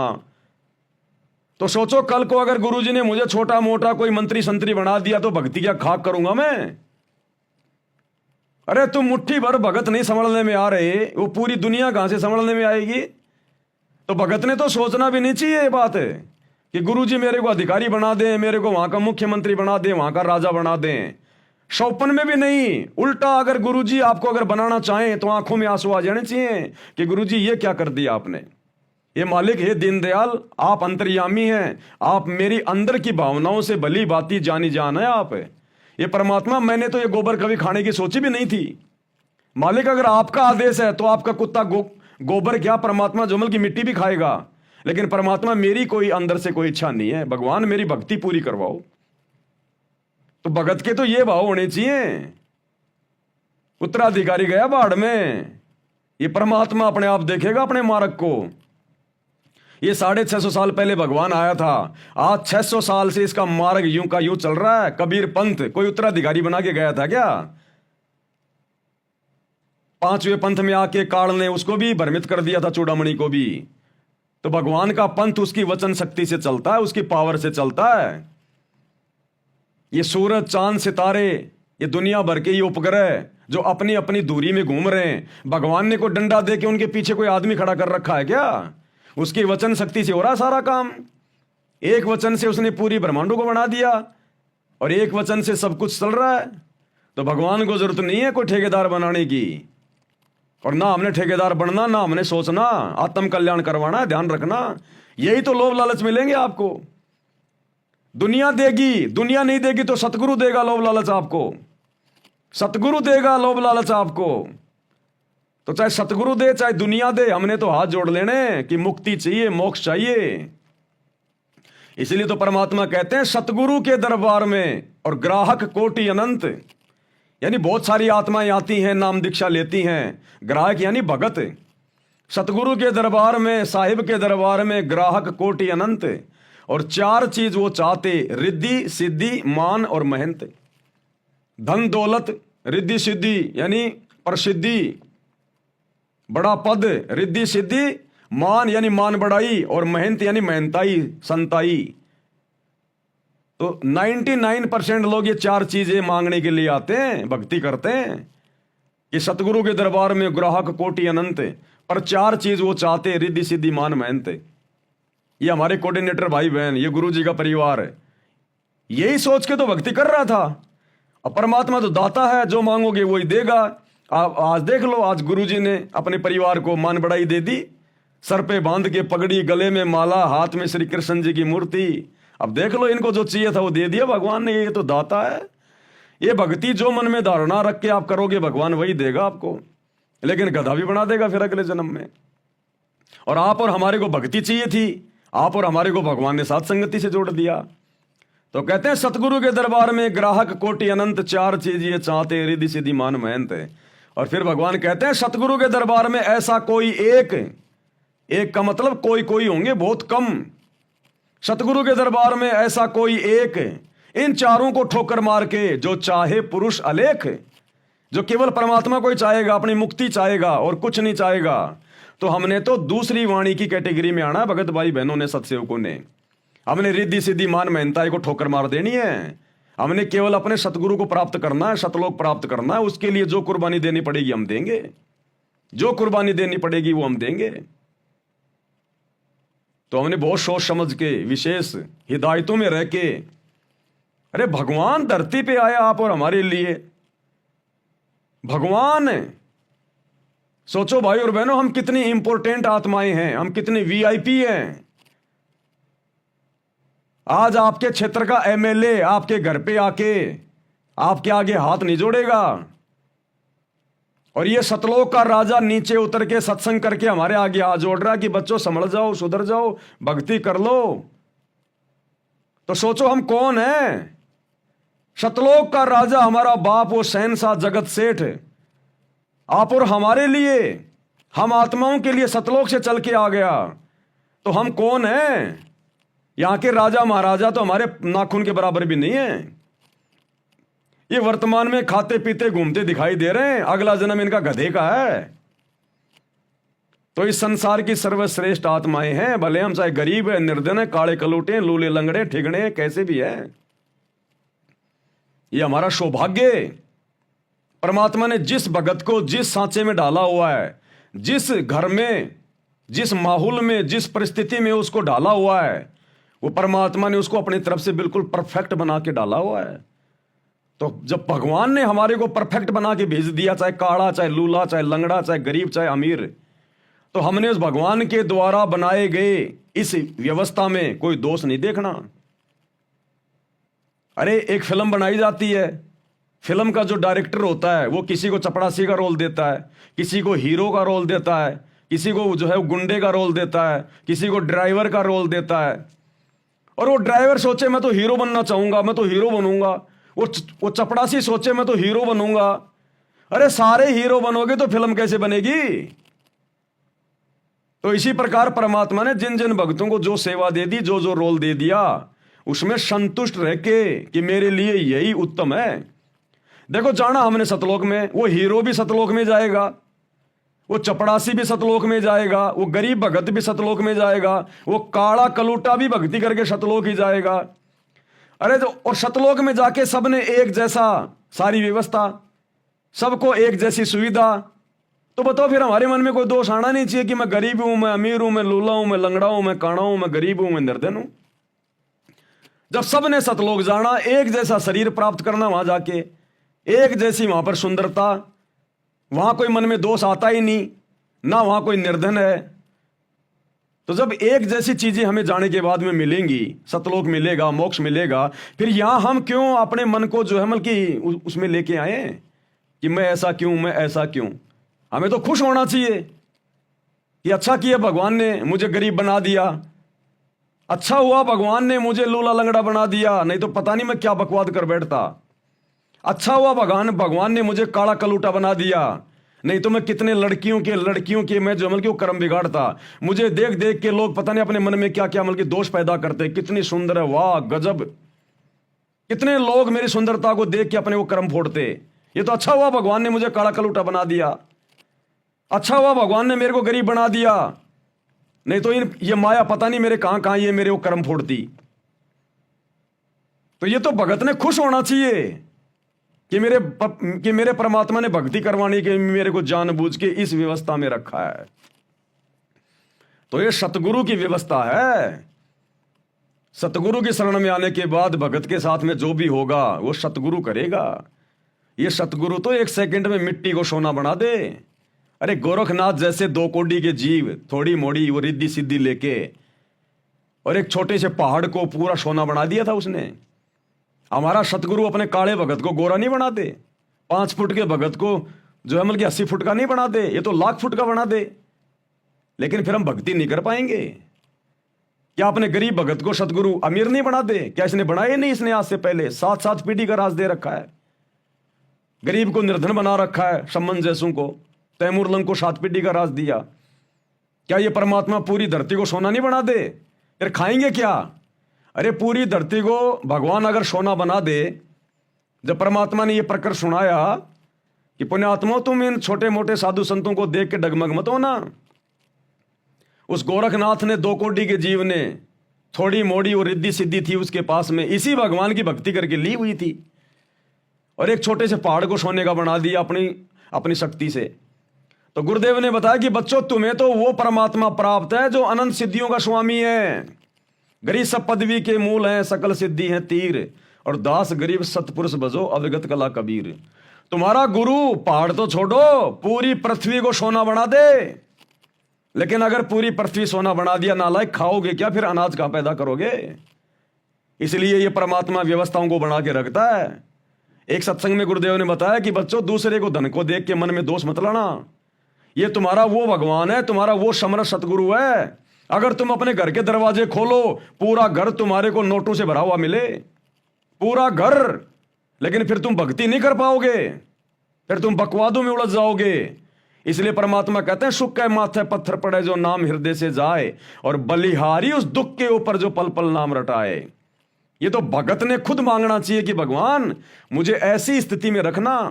ये परमात्मा मेरे भाग्य में कोई सुख है जो मेरी भक्ति में बाधा उत्पन्न करने वाला हो, परमात्मा उसको कैंसिल कर देना। ये मीठा मीठा दर्द, ये मीठा मीठा दुख मुझे दिए रहना, ताकि तेरी याद में मेरी आंखों से आंसू निकलते रहें। मेरे भाव तेरे चरणों में जो है वो बने रहें, मेरी भक्ति बनी रहे। क्योंकि भाव और श्रद्धा के बिना भक्ति का कोई मोल नहीं है। अगर आंखों से आंसू नहीं निकले सतगुरु के प्यार में, सतगुरु की सेवा में, तो इस भक्ति का, नाम स्मरण का कोई मोल नहीं है। तो ये तो हमने खुद मांगना चाहिए अपने भगवान से। हम नहीं मांग पा रहे थे, हमें नहीं पता था, इसलिए भगवान ने जानबूझ के हमें उसी स्थिति में पैदा कर दिया।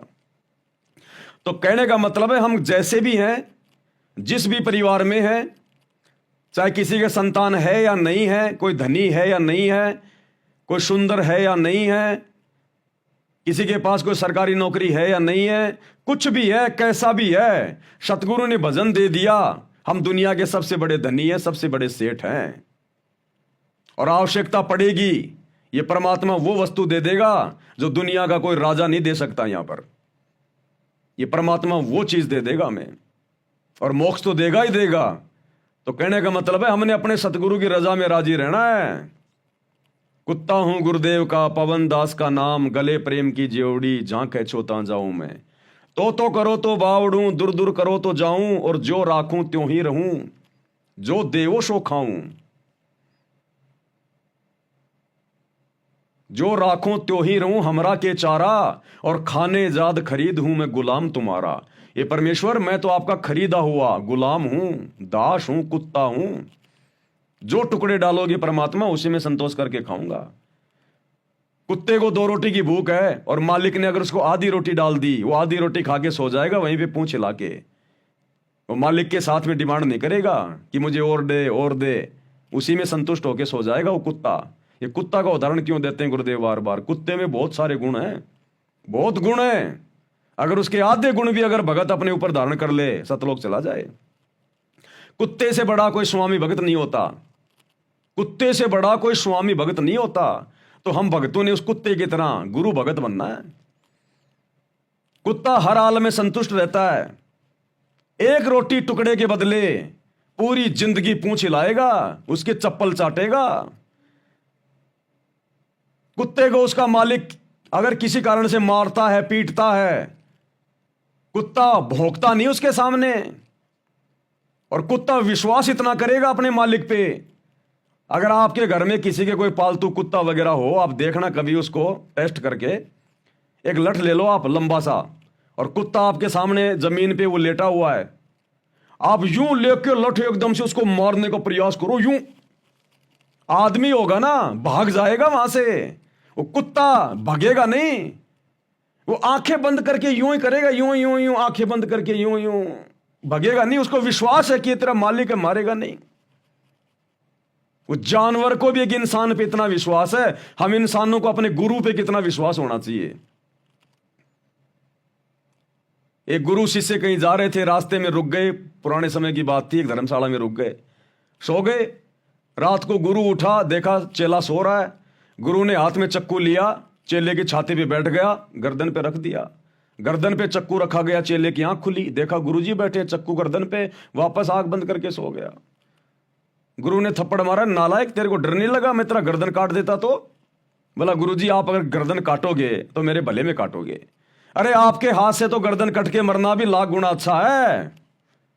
तो इतना विश्वास अपने गुरु पे होना चाहिए, लेकिन उस कुत्ते जितना विश्वास भी भगत को भगवान पे नहीं हो रहा। अरे जिस दिन हमें इतना विश्वास हो जाएगा ये भगवान आया किस लिए, हमें ले जाने के लिए, उसी दिन ले जाएगा। लेकिन अभी हमारे अंदर वो विश्वास पैदा हो ही तो नहीं रहा। तो कुत्ते में बहुत सारे गुण हैं। कुत्ता अपने मालिक की तरफ कभी भोगता नहीं, अपने मालिक को कभी छोड़ के नहीं जाता, वो मालिक ही छोड़ देता उसको, लेकिन कुत्ता कभी अपने मालिक को छोड़ता नहीं है और संतोष करता है और हमेशा रखवाली करेगा, स्वामी भक्त बन के रहेगा। उसकी प्रॉपर्टी के आसपास कोई आने का प्रयास करेगा, भोंकेगा, हो सकता है काट ले। तो हम अगर उस कुत्ते के आधे गुणों को भी अगर अपने जीवन में लेके आ जाएं, आधे गुणों को भी, हमारा बेड़ा पार हो जाए। तो बहुत सारी बातें भाई और बहनों गुरुदेव की रजा से आए थे विशेष संदेश पे चर्चा करने के लिए, लेकिन टाइम हो गया है, 4 बजने वाले हैं। आज परमात्मा ने यही सब कुछ हमारे विश्वास को बढ़ाने के लिए, हमारी दृढ़ता के लिए परमात्मा ने यही सब कुछ आज वीडियो बनवाना था। हम तो परमात्मा के कुत्ते हैं भाई, वो जो इशारा करेगा वही बोलेंगे, इससे ज़्यादा नहीं बोल सकते। तो भाई और बहनों आज का वीडियो यहीं समाप्त करते हैं। रात्रि 8 बजे मुसलमान नहीं समझे ज्ञान कुरान इस पुस्तक के ऊपर वीडियो बन रहे हैं। सभी भाई बहन ज़्यादा से ज़्यादा शेयर करें, ये बहुत इंपॉर्टेंट वीडियो है। ये पूरा वीडियो हमने भी देखने की आवश्यकता है, क्योंकि इस पुस्तक में मुसलमान नहीं समझे ज्ञान कुरान में जितना बढ़िया संदेश मुसलमान भाइयों के लिए है, उससे कहीं ज़्यादा अच्छा संदेश हम भगत भाई बहनों के लिए है कि आप और हमने और कितनी सावधानियां रखनी है, किन किन बातों का ध्यान रखना है। ये बहुत इंपॉर्टेंट वीडियो है। सभी भाई बहन इनको देखें, ज़्यादा से ज़्यादा शेयर करें और अपनी भक्ति, ये सबसे पहले है, ध्यान रखना भाई और बहनों। ये वीडियो देखना दिखाना ये अलग बात है, ये भक्ति हमारा सबसे पहला काम है। अपनी भक्ति को सबसे पहले हम ध्यान में रखें। अपना सुमरण, कम से कम 1 घंटे का सुमरण, 3 समय की आरती, गुरु जी का सत्संग, अपनी 5 यज्ञ, इन चीज़ों को हम प्रतिदिन देखें कि आज मेरे से कुछ रह तो नहीं गया, कुछ छूट तो नहीं गया मेरे से। प्रथम ये है, उसके बाद में बाकी क्रिया है। ये दास समय पे अपनी भक्ति मालिक के आशीर्वाद से थोड़ी बहुत कर लेता है। इस भक्ति के कारण ही मेरे वचन में शक्ति है, जो आप भाई बहन मेरी बातों को मान रहे हो, फॉलो कर रहे हो, या मैं ये सारी बातें बोल पा रहा हूं। नहीं तो मैं भी आप जैसा 2 कोटि का जीव हूं, लेकिन इस भक्ति के कारण है सब कुछ। अगर मैं भक्ति करूं नहीं और आप लोगों को जो है मतलब फोकट में भाषण देता रहूं, कोई नहीं सुनेगा। सुन लोगे लेकिन कोई अपने जीवन में नहीं उतारेगा उनको। आज परमात्मा इस दास से जो भी भक्ति का सत्य संदेशा दिलवाते हैं, आप सभी भाई बहन तुरंत फॉलो कर लेते हो, तुरंत आत्मा उसको कैच कर लेती है। कारण क्या है कि ये इस दास से परमात्मा भक्ति भी करवाता है, और जो संदेशा दिया जा रहा है उस प्रत्येक संदेशे को मैं अपने जीवन में लागू करने का पूरा प्रयास करता हूं। इन पुस्तकों पे गुरुजी क्यों वीडियो बनवा रहे हैं? गुरुजी अपने बेटा बेटियों से वीडियो क्यों नहीं बनवा रहे? उनको तो बहुत ज्यादा ज्ञान है, मेरे से भी ज्यादा ज्ञान है। वो तो बचपन से भगवान के साथ में रहे हैं। ये बड़े बड़े भगत, बड़े बड़े कोऑर्डिनेटर, इनसे क्यों नहीं वीडियो बनवा रहे गुरुजी? अपनी पुस्तकों पे, सत्संगों पे गुरुजी मेरे से वीडियो क्यों बनवा रहे हैं? क्योंकि जो वीडियो बन चुके हैं इन पुस्तकों के ऊपर, और जो जो ज्ञान, जो जो आदेश गुरुदेव का उनमें है, पहले परमात्मा इस दास को उन सभी नियमों में रखते हैं। नहीं तो मैं ये वीडियो बनाने का अधिकारी नहीं हूं, और बना दिया तो मेरी बात कोई मानेगा नहीं। क्योंकि जो क्रिया मैं नहीं करूं और आपको दे रहा हूं, सुना रहा हूं, फिर आप कैसे उस पर यकीन करोगे? तो देख लो गुरुदेव की जितनी भी पुस्तकें हैं, कई हजारों वीडियो बन चुके हैं। इसका मतलब जो भी बात आप लोगों को बोली गई है, प्रत्येक बात पे परमात्मा दास को खरा उतारते हैं। वो सारी चीजें हम फॉलो करके बैठे हैं, तब जाके परमात्मा ने इस दास के मुंह से ये वीडियो बनवाने शुरू किए। नहीं तो परमात्मा किसी ऐसे अनधिकारी से वीडियो नहीं बनवाएंगे। अब मैं तुमसे कहूं कि सुबह की आरती ऐसे करनी चाहिए, वैसे करनी चाहिए, हैं, और मैं खाट में पड़ा पड़ा कर रहा हूं, मोबाइल में कर रहा हूं, घूमते फिरते कर रहा हूं। मजबूरी की बात अलग है कभी कभार, लेकिन वैसे मैं आपको कहता रहूं और मैं खुद में वो मतलब चीजें मैं ना करूं तो आप पे कोई असर नहीं होगा। और इसका जीता जागता प्रमाण है, मैं आपको बता देता हूं। हालांकि वो गलती दास से हुई नहीं है, लेकिन मैंने उसको हल्के में ले लिया। दास ने एक वीडियो बनाया था कि जब भी हम मोबाइल खोलेंगे 2 मंत्र का जाप करेंगे, जब भी हम यूट्यूब चलाएंगे 5 मंत्रों का जाप करेंगे, लेकिन वो दास नहीं कर पाया। आज देख लो कोई भाई बहन नहीं कर रहा होगा उसको फॉलो। अब आपको याद आया होगा कि हाँ भाई हम तो वो कर ही नहीं रहे, क्योंकि मुझे पता इन बातों का। लेकिन दास ने एक बात कही थी, यदि हम सेवा के लिए मोबाइल खोल रहे हैं, हमारे को तुरंत मोबाइल खोलना पड़ रहा है, सेवा के लिए हमारे को तुरंत यूट्यूब को देखना पड़ रहा है, तो वहां मंत्र जाप करने की आवश्यकता नहीं है। यदि ये मन खाली है और बकवाद के लिए अगर यूट्यूब खोलना चाहता है तो हमने वहां मंत्र जाप करने हैं। तो दास का तो 24 घंटे भाई और बहनों सेवा में रहता है सारा सब कुछ, हम बकवाद के लिए नहीं देखते, इसलिए मैं वो नहीं कर पाता। लेकिन फिर भी देख लो, मेरा मकसद भी सही है, लेकिन फिर भी जो मैंने बोला उसके ऊपर मैं नहीं रुक पाया, जिस कारण से आप भाई बहन भी नहीं रुक पाए। तो ये होता है वचन की शक्ति और वचन की वो बर्बादी, ये होता है। इसलिए परमात्मा ने दास को खड़ा किया कि इन पुस्तकों पे जो वीडियो बन रहे हैं ना, परमात्मा पहले मुझे उनके ऊपर खरा उतार रहा है, तब जाके आप भाई बहन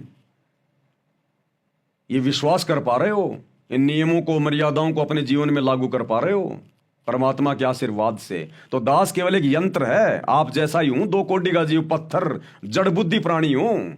हो सकता आप लोगों से भी नीच प्राणी हूं मैं, नीच। आप ये ना सोचना कि पवन दास वीडियो बना रहा है, परमात्मा इतनी दया कर रहे हैं, बहुत अच्छी आत्मा होगी। अरे ये तो सोचो आप, भक्ति मुझे करनी, भक्ति आपको करनी, सतलोक आपको जाना, सतलोक ही मुझे जाना, और मेरे माध्यम से परमात्मा आपके पास में बैठे बैठे वीडियो पहुंचा रहे हैं, बैठे बैठे जानकारियां पहुंचा रहे हैं। अरे मुझे तो कितनी मेहनत करनी पड़ रही है, कितनी कोशिश करनी पड़ रही है। ये वीडियो बनाने के चक्कर में फिर मेरे को जेल जाना पड़ रहा है, मेरे ऊपर मुकदमे हो रहे हैं, धमकियां आ रही हैं, और आप लोगों को बैठे बैठे सारी चीजें मिल रही हैं। तो मालिक की विशेष आत्मा मैं हूं या फिर आप हो? मोक्ष मैंने प्राप्त करना, आपने भी करना, लेकिन उन चीजों को करने के लिए मुझे कितना वो जो मतलब कि संघर्ष करना पड़ रहा है, और आप लोगों को वो चीजें बैठे बैठे मोबाइल में मिल रही हैं। आपको खाली शेयर करना है और मुझे 3-3 घंटे जो है मतलब कि खड़े होकर वीडियो बनाने पड़ रहे हैं, जेल जाना पड़ रहा है, मुकदमे हो रहे हैं। तो मालिक की विशेष आत्मा मैं या फिर आप, जिनको बैठे बैठे परमात्मा हलवा खिला रहा है? पवन दास तो हलवा बना रहा है और आप लोगों को भगवान खिला रहा है। तो विशेष प्यारी आत्मा आप हो परमात्मा की, ना कि पवन दास है। इसलिए इस कुत्ते पवन दास के ऊपर कोई आसक्ति करने की जरूरत नहीं है। अपने कर्म मत फोड़ देना कभी जिंदगी में मेरे को विशेष मान के। हाँ, ये तो मन में आ सकता है कि भाई देखो अच्छी आत्मा है, भगवान ने इसके ऊपर देखो कितनी बड़ी दया करी, इसको सेवा बख्शी है। लेकिन सेवा भगवान उसी को बख्शेगा जिसको सेवा की जरूरत है। अरे डॉक्टर ज्यादा नजदीक उसी मरीज के रहेगा जो ज्यादा बीमार होता है। अब दूसरा मरीज सोचे कि ये डॉक्टर तो 24 घंटे उसी के साथ में रहता है, मेरे से तो प्यार ये करता ही नहीं, मेरे पास तो बार बार आता नहीं। अरे गधे, क्यों बुला रहा है डॉक्टर को बार बार अपने पास में? डॉक्टर तो उसके पास ही ठीक है। तो जो ज्यादा मरीज होता है डॉक्टर वहीं तो जाएगा ज्यादा। तो जो ज्यादा भक्तिहीन होगा गुरु उसी को तो ज्यादा सेवा देगा। तो आप भाई बहन इतने भक्तिहीन नहीं है, आप अच्छी आत्मा भगवान की, इसलिए आपको बना बनाया हलवा खाने को मिल रहा है और दास को मेहनत करनी पड़ रही है। तो सर्वश्रेष्ठ आत्मा आप लोग हैं, ना कि पवन दास। इसलिए हमने किसी भगत पे आस्था नहीं रखनी है, अपने गुरु जी के चरणों में, कि जो भी कुछ करवा रहा मेरा गुरु करवा रहा है। अगर मेरा गुरु अपना आशीर्वाद ना दे, ये पवन दास 2 कोटि का गधा है, क्या कर लेगा? ये कुछ नहीं कर सकता। और ये रियलिटी है, हकीकत है ये। तो हर बात में अपने गुरु जी को सरे, अपने गुरु जी को महत्व, तब जाकर गुरु अपने चरणों में जगह देगा। ये परीक्षा हमारी होती है, ये परीक्षा चल रही है हमारी हर प्रकार से, ध्यान रखना। हर प्रकार से। ऐसा नहीं है कि उधर पहले मैनेजमेंट के चक्कर में फंसे हुए थे, कोऑर्डिनेटरों को महान मान रहे थे, गुरुजी के बेटा बेटी को महान मान रहे थे, इधर साथ संगति में आके पवन दास को महान मानने लग जाओ, फिर तो वही बात होगी, आसमान से गिरे खजूर पे अटके लटके रह जाओगे फिर। हालांकि ऐसी गलती सत्संग को भाई बहन नहीं करेंगे, लेकिन दास का फर्ज है बोलने का। दास का फर्ज है कहीं कोई कचरा हो तो अपने दिमाग से निकाल दे। हम सब जीव हैं, हमारी जीव जाति है, हमारी कोई औकात नहीं है। एक मुंह से एक शब्द भी अगर गुरु का आशीर्वाद नहीं हो नहीं निकाल सकता, कोई निकाल के दिखा देना। वो कहते हैं ना कि उस साहिब के हुक्म बिना नहीं तरवर पाते लंता। एक भाई ने ऐसा आ रहा था यूट्यूब पे, बोला उस साहिब के हुक्म बिना नहीं तरवर पाते लंता, कि उस अल्लाह की मर्जी के बिना पेड़ का पत्ता भी नहीं हिल सकता। यूट्यूब पे दास देख रहा था, एक वीडियो बनाया किसी ने कोई मजाक में, बोला अरे बोला भाई तू कह रहा था ना कि अल्लाह की मर्जी के बिना कोई पत्ता भी नहीं हिल सकता। एक हिंदू भाई था मुसलमान को कह रहा था कि तुम कहते हो ना कि हमारे अल्लाह की मर्जी के बिना पेड़ का पत्ता भी नहीं हिल सकता। तो उस हिंदू भाई ने पेड़ पे चढ़ के जोर से पेड़ को हिला दिया, कई पत्ते नीचे भी गिर गए। बोला देख मैंने हिला दिया। उस नालायक को ये नहीं पता उस पेड़ पे चढ़ना और पेड़ के ऊपर चढ़ के पेड़ को हिलाना उस अल्लाह की मर्जी से हुआ है। ये भी उस खुदा की मर्जी थी, लिखा हुआ था, ऐसा ही लिखा हुआ था। ये भी उसकी मर्जी से हुआ है, अन्यथा नहीं हो सकता। तो इसी प्रकार जो भी कुछ करने धरने वाला ये परमात्मा है, जीव केवल बिना ज्ञान के अपने कर्म फोड़ सकता है।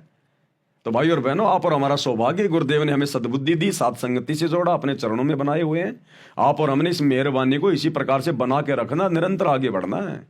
अब गलतियों की गुंजाइश नहीं है इस भक्ति मार्ग में। अब तो जिन जिन भक्तों ने जो गलतियां की हैं, जो कर दी हैं, अब तो उनके परिणाम भोगने बाकी हैं। अब देखना आने वाले समय में, ये 10 साल से आप और हम भगत भाई बहन जो साथ संगति से जुड़कर जो संघर्ष किया है, जो मर्यादा निभाई है, अब देखना इसका रिजल्ट हमें क्या मिलेगा। और आश्रमों से जुड़कर गुरुदेव के परिवार के पैर चाट कर, कोऑर्डिनेटरों के तलवे चाट कर उस नादान संगत ने जो मर्यादा तोड़ी है, अब देखना उनका क्या बुरा हाल होगा। अब पता चलेगा ये भक्ति है, कोई मजाक नहीं चल रहा था। अब देखना। तो भाई और बहनों, आज के वीडियो में केवल इतना ही। परमात्मा हम सबको आशीर्वाद दें, सद्बुद्धि दें। कल फिर से जुड़िएगा और रात्रि 8 बजे लाइव वीडियो में जुड़िएगा। परमेश्वर इसी प्रकार से हम सबको अपने चरणों में बनाए रखें। बंदी छोड़ सतगुरु रामपाल जी भगवान की जय हो।